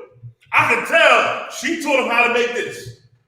And he went on ahead and he listened, he made it, and if it is good, I miss it. I'm going to tell you right now, I miss the hotel tip, the high holiday. I got you when I come to Philly, sir. For everything. Cutter will call. I got you when I come to Philly, sir. Man, listen, I'm waiting, brother. Cutter will call. I'm going to have to get a book. I have to write it down step by step. This is number 1, write it down. Number 2, I'm going to write it down. 3, I'm going to write it down. And I'm going to keep that book somewhere safe. And I'm going to try to pass to that thing there, baby. You understand? Water, sir. Let's get that scripture for me, brother. I have it for you, sir. Read. This is Titus chapter 2, verse 3. The aged woman likewise, that they be in behavior as becoming holiness, not false accusers. And if you out here running your mouth lying on something you don't know about, being in somebody's damn business. You understand me? Go ahead. Not given to much wine. Meaning, listen, 2 things to that. Scripture manifold. 1 is talking about not being a damn drunk. Some of these things out here, the damn drunk know how to act. Drunk follow their damn face, know how to damn act. And 2, when it says not much wine, also 2, scriptures being manifold, meaning you ain't given to different philosophies and doctrines, man. Right. You understand me? You solid. You down. You one west. Read. Teachers of good things. Say it again. Teachers of good things. You teach people good things. These young sisters, your kids, you teach them a good thing according to the Lord. Not your own mind. And not them lies and filth and garbage you was raised from your mama, your grandmama, your auntie, your cousins. But what the Lord said, read. Verse 4, that they may teach the young women to be sober. To be what? To be sober. When it says teach the young woman to be sober, a lot of times sisters talk to each other. They have different issues. Yep. And you got to tell that sister, man, you got to be clear-minded on your family and on the Lord and what to do. Cut out all that other bullshit out your head. That's what it means to be sober, man. Sober-minded means you clear-minded. That's what it's talking about. And you may encounter some people in here, you got a little problem with alcohol. And you get a situation, man, and tell them, listen, stop drinking so damn much. You make a spectacle of yourself. The Bible says not to be a drunkard. You can have a drink or two. But if that drink or two turn you into a drunkard, then don't be that. Read. To love their husbands. Do what? To love their husbands. That's a big key right there, man. Stop with your own personal bullshit and love your husband, man. You laid down with that man. You decided if you want to give your body to that man, you love that man. Right. You honor that man. You respect that man. He didn't take it from you. You gave it to him willingly. He ran game on you, and you listened to the game, and you opened the crack of your legs, and he went inside of them. Now you belong to him. Love that man, man. You understand me? Love. Read. To love their children. And listen, love them damn kids, man. Let me tell you something, man. Your children are supposed to be everything. And another thing, you know how you love your kids too as well? By loving their fathers. They need to see that love in the household, man. You understand me? That love in the household of Most High Christ. They need to see it. One of the greatest things I remember from my childhood and the love I always had was seeing my mother and father together and not having no strife in my house. I didn't have that, man. I always admired my father because I thought he was a strong man because he had my mom in check. And to tell you straight from the gate, like it wasn't that shit wasn't no question. Whatever he said went down. And I was like, damn, he must be the shit. Growing up as a kid, because you see other people in other households that was not like that. And as I grew up as a man and started seeing different things, I started watching how many people were jealous over what they had. My father he didn't have money. But whatever money he had went to us. I watched him walk around with holy socks, holy drawers, all that shit. Drawers, he had drawers with holes everywhere. I do laundry, but damn, these damn drawers. I'm like, oh, he's underwear. He was separate, sir. But instead of him buying him stuff, you know what he did? He spent the money on us. Right. He made sure we had everything we needed, man. And to him, it didn't matter what he had. It mattered what he can give us. And he had a woman that had his back. I never forget this. I remember hearing him talk one day, right? And he told my mom, he said, I want you to teach that boy. He gotta learn how to cook, clean, and sew. Because he gotta learn how to take care of himself when he get older. You teach that boy how to cook. Teach him how to sew some damn clothes.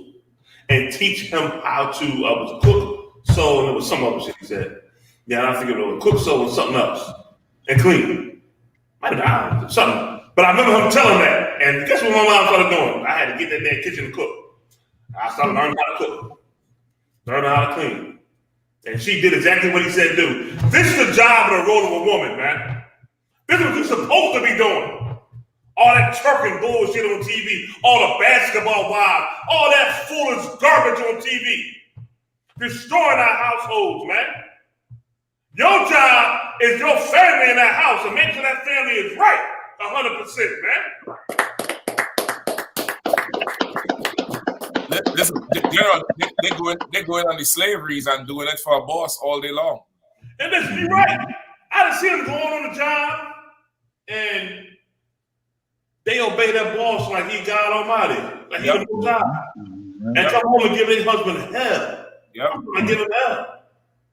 You understand me? But it's totally backwards, man. So when you a sister that's in the truth, meaning you age, you ain't gotta be older by numbers, but you've been here a while. You show them the right way on how to be. Right. Examples on how to be, man. You understand? Examples on how to be with your daughters. Mashak, your rib in the UK, the prime example. Kahan, your rib, Kachab, the prime example. Now, Dr. Ribbon and Kazak, Nakamaya, brother, you got an awesome rib, man. And you gotta be raised your rib and take time to teach you the right way.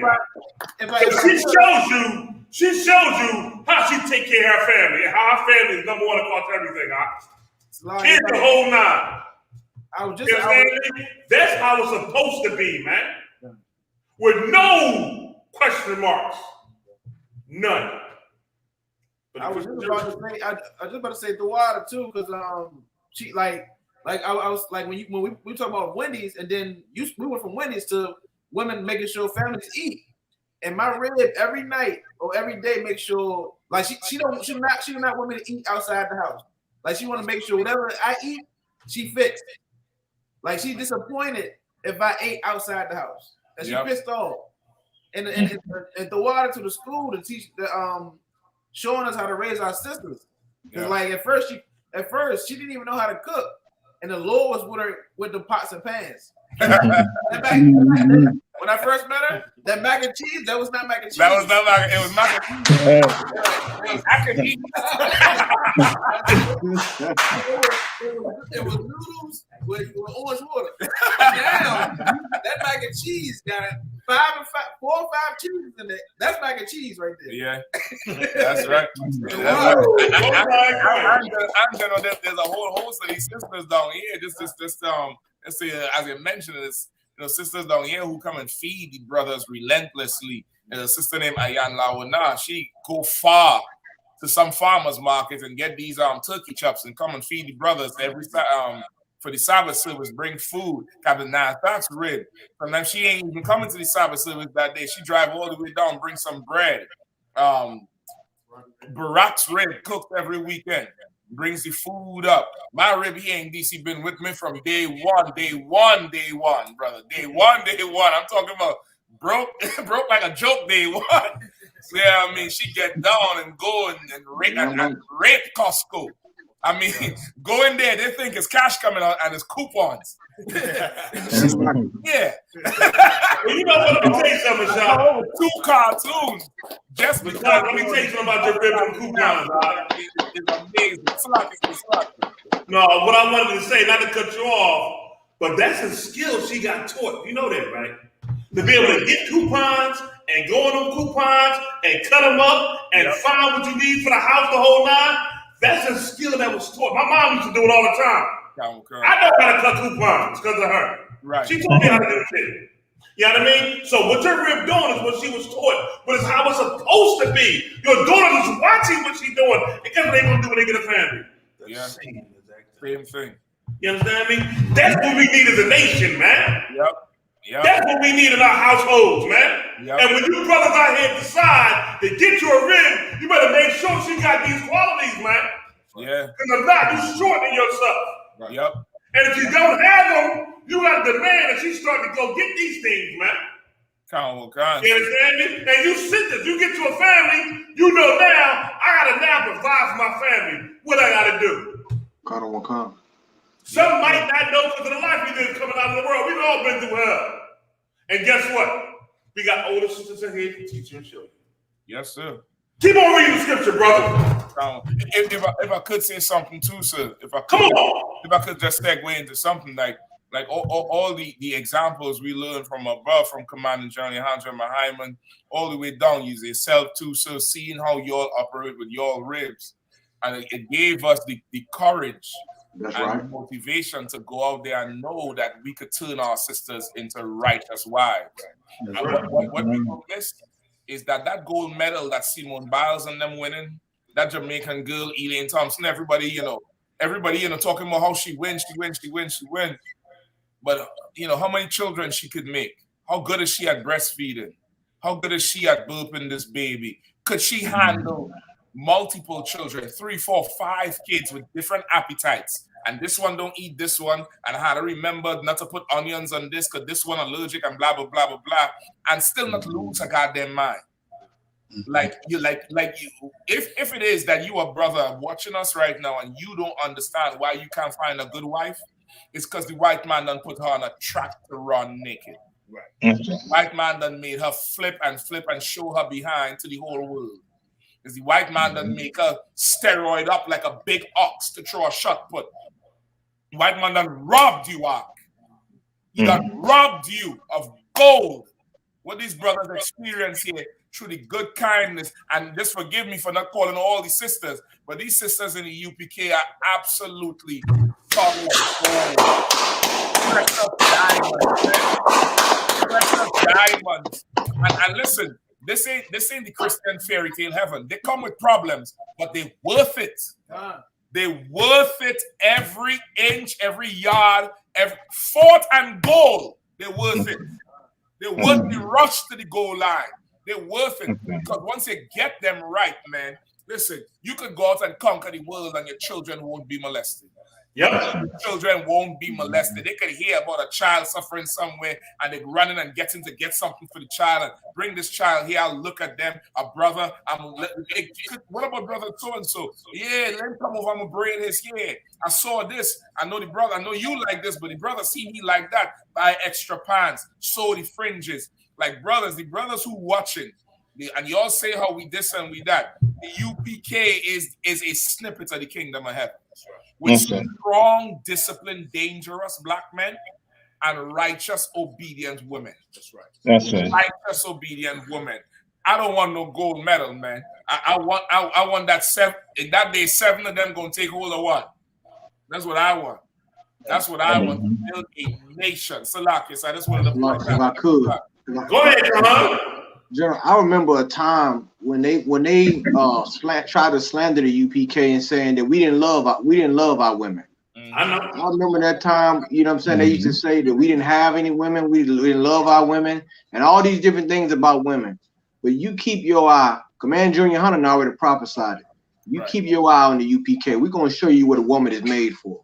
We're gonna show you. You keep your eye. And a lot of these women that's coming out of the world. Women that's coming out of the world that's lawyers, doctors, all kind of professions, all kind of schools that's coming, all kind of different skill sets. They come in the UPK. You keep your eye on the UPK. We're gonna show you what to do with a woman. Commander GEN.YAHANNA, he's gonna show you how to deal with a black, Hispanic, and Native American Indian woman, and how the Holy Spirit transforms them. You understand? Through the gospel of Christ. Salat. Listen, if I can say one, Salaki, General, Salaki. No, go ahead, go ahead. I'm watching the time too. I ain't trying to go too late. But like, Khan, you so right. And not just the sisters that coming in with the education. There's sisters that come in here off the streets, done had abortion, right. done been molested, had zero confidence in having a family. Like I'm talking got pregnant and got terrified that the Lord was going to kill them because they had so many abortions in the past. And done been the mother of 3, 4, 5 kids. Done been wives to these brothers up in here and sisters to these sisters up in here. Like as Kahan said, we're going to really show you what the real deal is. We're going to really show you what this nation could be because we're ready to put in the work to get it. And we ain't scared of the work to get it. We're ready to get down and dirty and grimy and get down low and lift this nation up. And you ain't going to be no use to me doing double flips and, you know, a quadruple spin flip and sticking a landing. But you could go in that hospital and spit out that baby and hug that baby for 9, 10 months and then 3 more years and suckle that baby so Gerber and Similac could go broke. That's right. And to get some goddamn strong children. We're going to show you, as Kahan rightfully said. Listen, we're showing you right now. All of you are watching us and saying, I wish I could get ribs like in the UPK. But you all don't want to be as disciplined as we are. But no problem. Go get Kylie Jenner. Go get Kylie Jenner. Go do like Kanye and get Kim Kardashian. Every man car. Hey, Mashak, I tell you what, brother. I rarely big up my ribs because I hold my ribs to a high standard, and I believe they ain't got to be bigged up and all that shit there. But I big up both my ribs for this one thing. When they had my children, they suckled them babies. Yeah. And my first rib, I didn't have to really make her do it because she wanted to do it anyway. My oldest boy, the first one, that little nigga, he suckled till he damn near was 2 years old. Till he damn near had teeth. I can see that. I can see that. Yeah, I mean, and I remember her sitting there with my twins. Now, this is the mark of a woman who ain't selfish, who care about her family more than her. And that's what we need in the nation. With my twins, Abagaya and Yamaya, she laid there and had both of her arms, and they sucked both of these tits. And she breastfeeding both of them at the same time. You hear me? Like that kind of stuff there is what we need amongst our people. And these young ones come up, you gotta know these things, man. That's right. She complained about her nipples, her breast hurt, but her child meant more than her complaining. That's right. You know what I mean? That nutrition that was more important to give to her baby meant more than twerking, than TV, than all that housewives bullshit. Them babies meant everything. And the bond, too. The bond. The bond is a motherfucker. My second rib, she was like, I ain't breastfeed out there. You gonna breastfeed, goddammit. And guess what she breastfed? That's right. Both my babies. You understand me? And that's two things. One, you gotta have a man in the household that's righteous. That's right. That demand right things from their women. You understand me? And stand firm with the Lord. Two, the sister gotta learn that she can't be who she was in the world and become a righteous person, man. You know what I mean? There is a bond, like you said, Mashak, that she gives them babies that's more precious than anything in the earth, man. Yeah. You understand me? More precious, man. Yeah. And that's what we gotta teach these sisters coming in here, man. It means everything to these babies. Continue to read the book of Titus. Who had it? I got it, sir. This is verse 5. This is Titus chapter 2 and verse 5. Come on. To be discreet.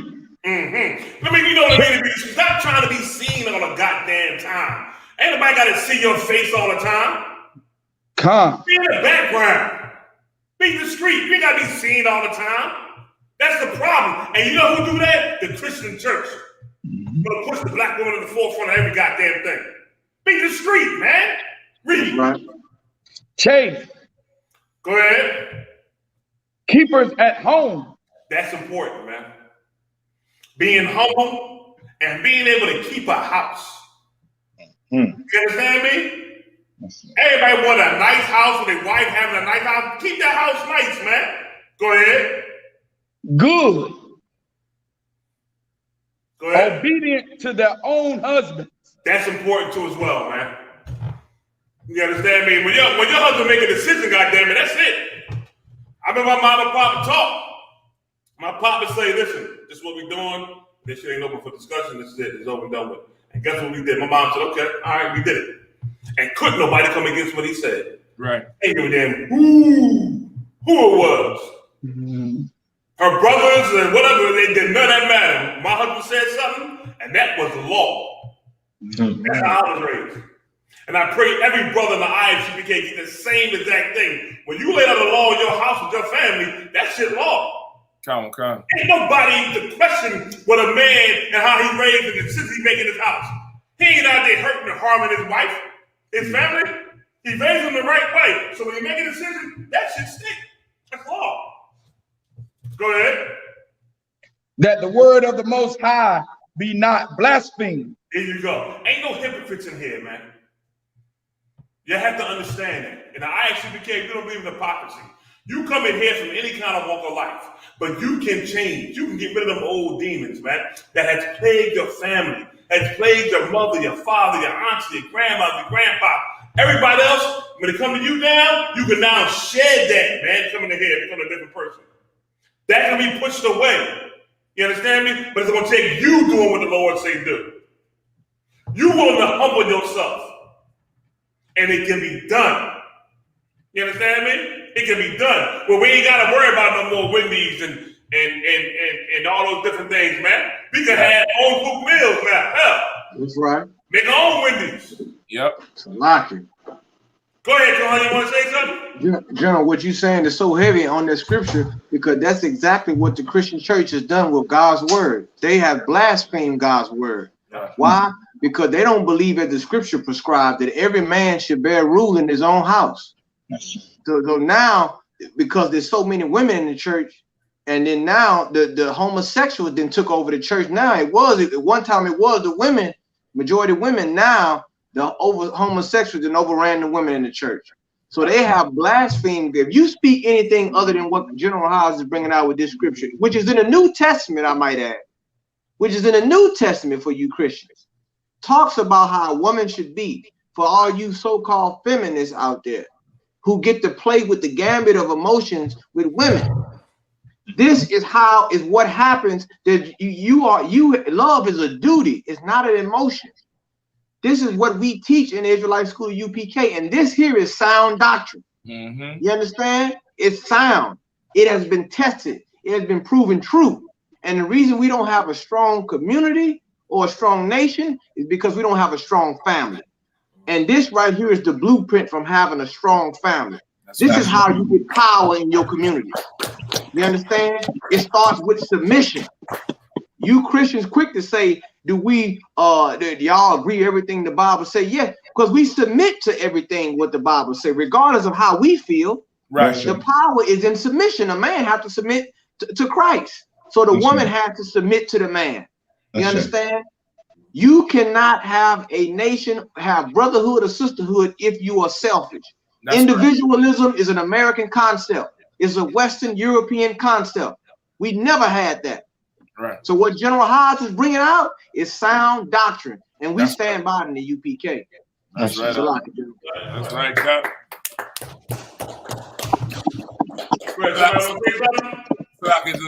We have 12-11. Salaka. I try to make sure. Yeah, I mean, I'm gonna leave it alone. I ain't gonna say no more, man. But listen, man. Right. I want to say this one thing to everybody. The scriptures say perilous times gonna come, right? I'm gonna paraphrase a couple of scriptures, but you got to stand fast on what the Lord gave you in His truth. Yes, sir. You understand me? You got to stand fast and stand strong. You're gonna see a whole lot of things coming up in this earth now that's gonna try to get you up out of here. You understand me? But you got to stand strong on this truth, man. Yeah. Temptation's gonna come. Give me the scripture. I think it's Acts 10:23 real fast. And I'm gonna leave this with everybody. You understand? Within the sound of the voice of the I.S.U.P.K. to hear this scripture. I think it's Acts 10:23. Where it says the Lord don't tempt you above what you can be, what you can overcome. You understand me? Understand that Satan don't want you to receive the glory from the Lord. He don't want you to change your life. He want to control your life like how he controls your family's lives. How he controls your mother, your father, your auntie, your cousin, everybody else, and destroy your life. He wants to do the same thing to you. So he gonna try to tell the Most High, I can do something, that person gonna fold. You can't fold. You can't go backwards. You must not walk backwards. These things are just a test. And you gotta stand strong in the test. And here's the key. You got brothers and sisters who can help you. You ain't by yourself. You got a family you can call to counsel you through and walk you through what you're going through. Just walk the walk. That's right. Anybody got that scripture for me? Kawakan, sir. Read. Kawakan. 1 Corinthians chapter 10, verse 13. There hath no temptation taking you, but such as is common to man. Meaning we all gonna go through these things. Christ went through them. You mean to tell me you don't think Christ went through? Christ went through the same thing that we went through, man.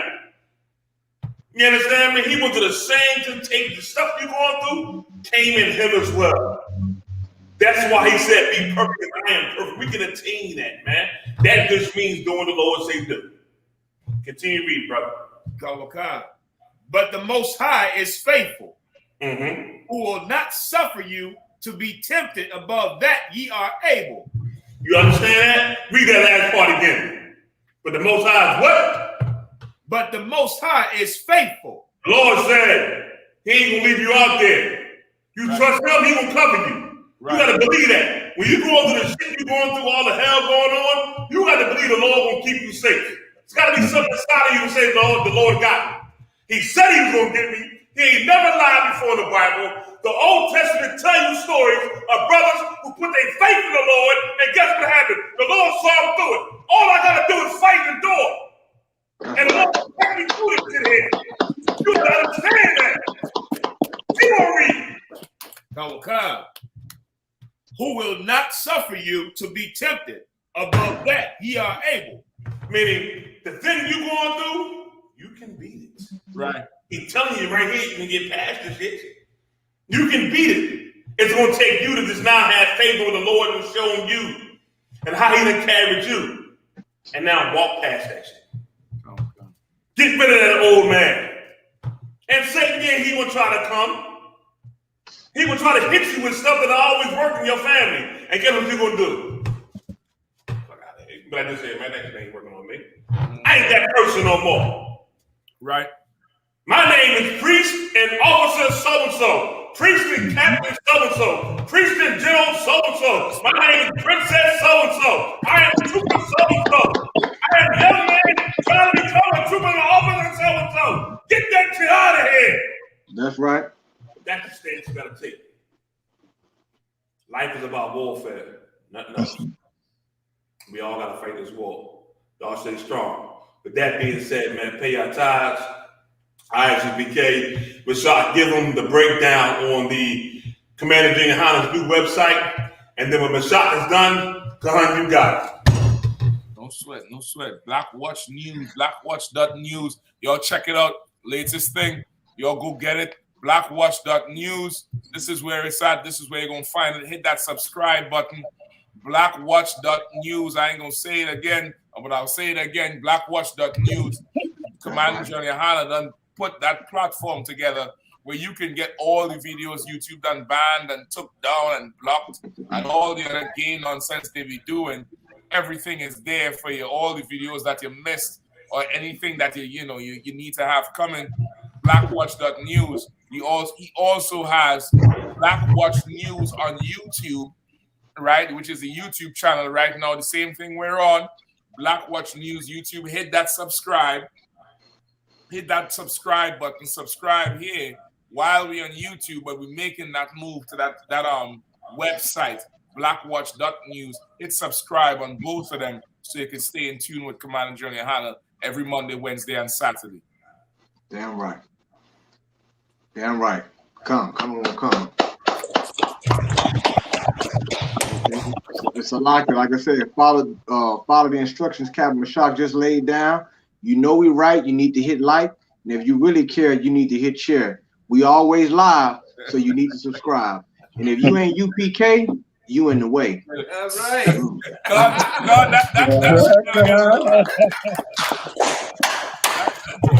I think I need to print that on a garment. I ain't gonna t-shirt.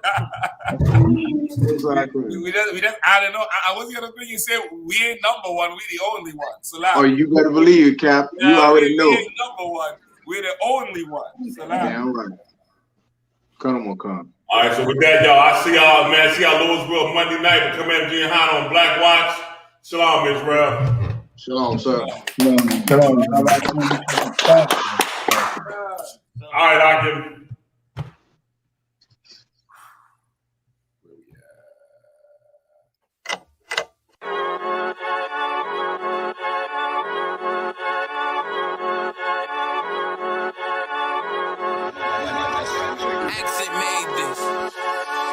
They say they wanna hear that raw shit. These niggas claiming that they bullshit. These niggas better move and coach shit. Cause if they make the wrong move and coach shit. You see me, they like, ooh, chemo sabi. I'm on my way up and they ain't gon' stop it. They say they wanna hear that raw shit. Coming up, I'm about to bullshit. They see me, they like, ooh, chemo sabi. I'm on my body, real niggas right beside me. Damn right, I brought my army, going up like a rocket, and can't nobody stop me. These niggas garbage, so watch your mouth, boy. Coming all black, slithering house, call me mouth, boy. I'm off the hip like a cowboy. I'm a king, you should bow, boy. Shorty like that, man, you cut up. Nothing I can handle. 144 in the booth, going Rambo. Niggas do you dirty like a stick in a bando. That's why I play the corner like a bum with a banjo. I'ma lead by example. Ooh, chemo sabi, got this bitch off the hand, got the juice, got the drip, about to hit the bitch with the salt. It ain't rap, it's assault. Can't taste a bitch unless you with the coke. They say they wanna hear that raw shit. These niggas claiming that they bullshit. These niggas better move and coach shit. Cause if they make the wrong move and coach shit. You see me, they like, ooh, chemo sabi. I'm on my way up and they ain't gon' stop it. They say they wanna hear that raw shit. Coming up, I'm about to bullshit. I do it how a veteran be. You better than me. I'm Reggie at the edge of the key. It's all money, no honey. Think you settle and see. You locked up, fucked up, and it's back to the streets. It's one west. You can check the residency. I reside with soldiers died on the soles of their feet. Cause there's death before designer. Ain't no coward in me. Cause I'm cold as a bitch's shoulder. You ain't calling a week. Get the cooking on this beat. Hope you like it well done. Got them killers rolling with me and they all red rum. Got you fucking scared some. Get the banging on this beat till my fucking head numb. Black Glock, red drums, black and yellow air ones. Homie, you ain't got a vest. I suggest you wear one. Told these niggas we was going up. They was doing a lot of talking. Now these niggas ain't saying shit. Feeling like a legend in this shit, lil nigga, I'm past veteran. Never feeling third, lil nigga, I'm past second. Guns, I gotta have them all like Ash Ketchum. Shotty break a nigga ribs up like his wife left him. We all stepping, kill you with kindness cause I'm dead nice. That 5'7" put you 6 feet, not talking height. That judge giving out 5, but you doing life. These hands are rude GPS, a mean right. That's mean right, we build different, you know the vibes. And we stamped it authentic, we notarized. I keep a 144 because I know a cod. Noah's Ark, you know I'm with animals when we flowing by. We back again, no cap, when I'm with Cap again. Yeah, they say they want smoking, so we matching them. Everything righteous, so you know when we get back at them, you get hit up with a K, but no acronym. They say they wanna hear that raw shit. These niggas claiming that they bullshit. These niggas better move and coach shit. Cause if they make the wrong move and coach shit. You see me, they like, ooh, chemo sabi. I'm on my way up and they ain't gon' stop it. They say they wanna hear that raw shit. Coming up, I'm about to bullshit.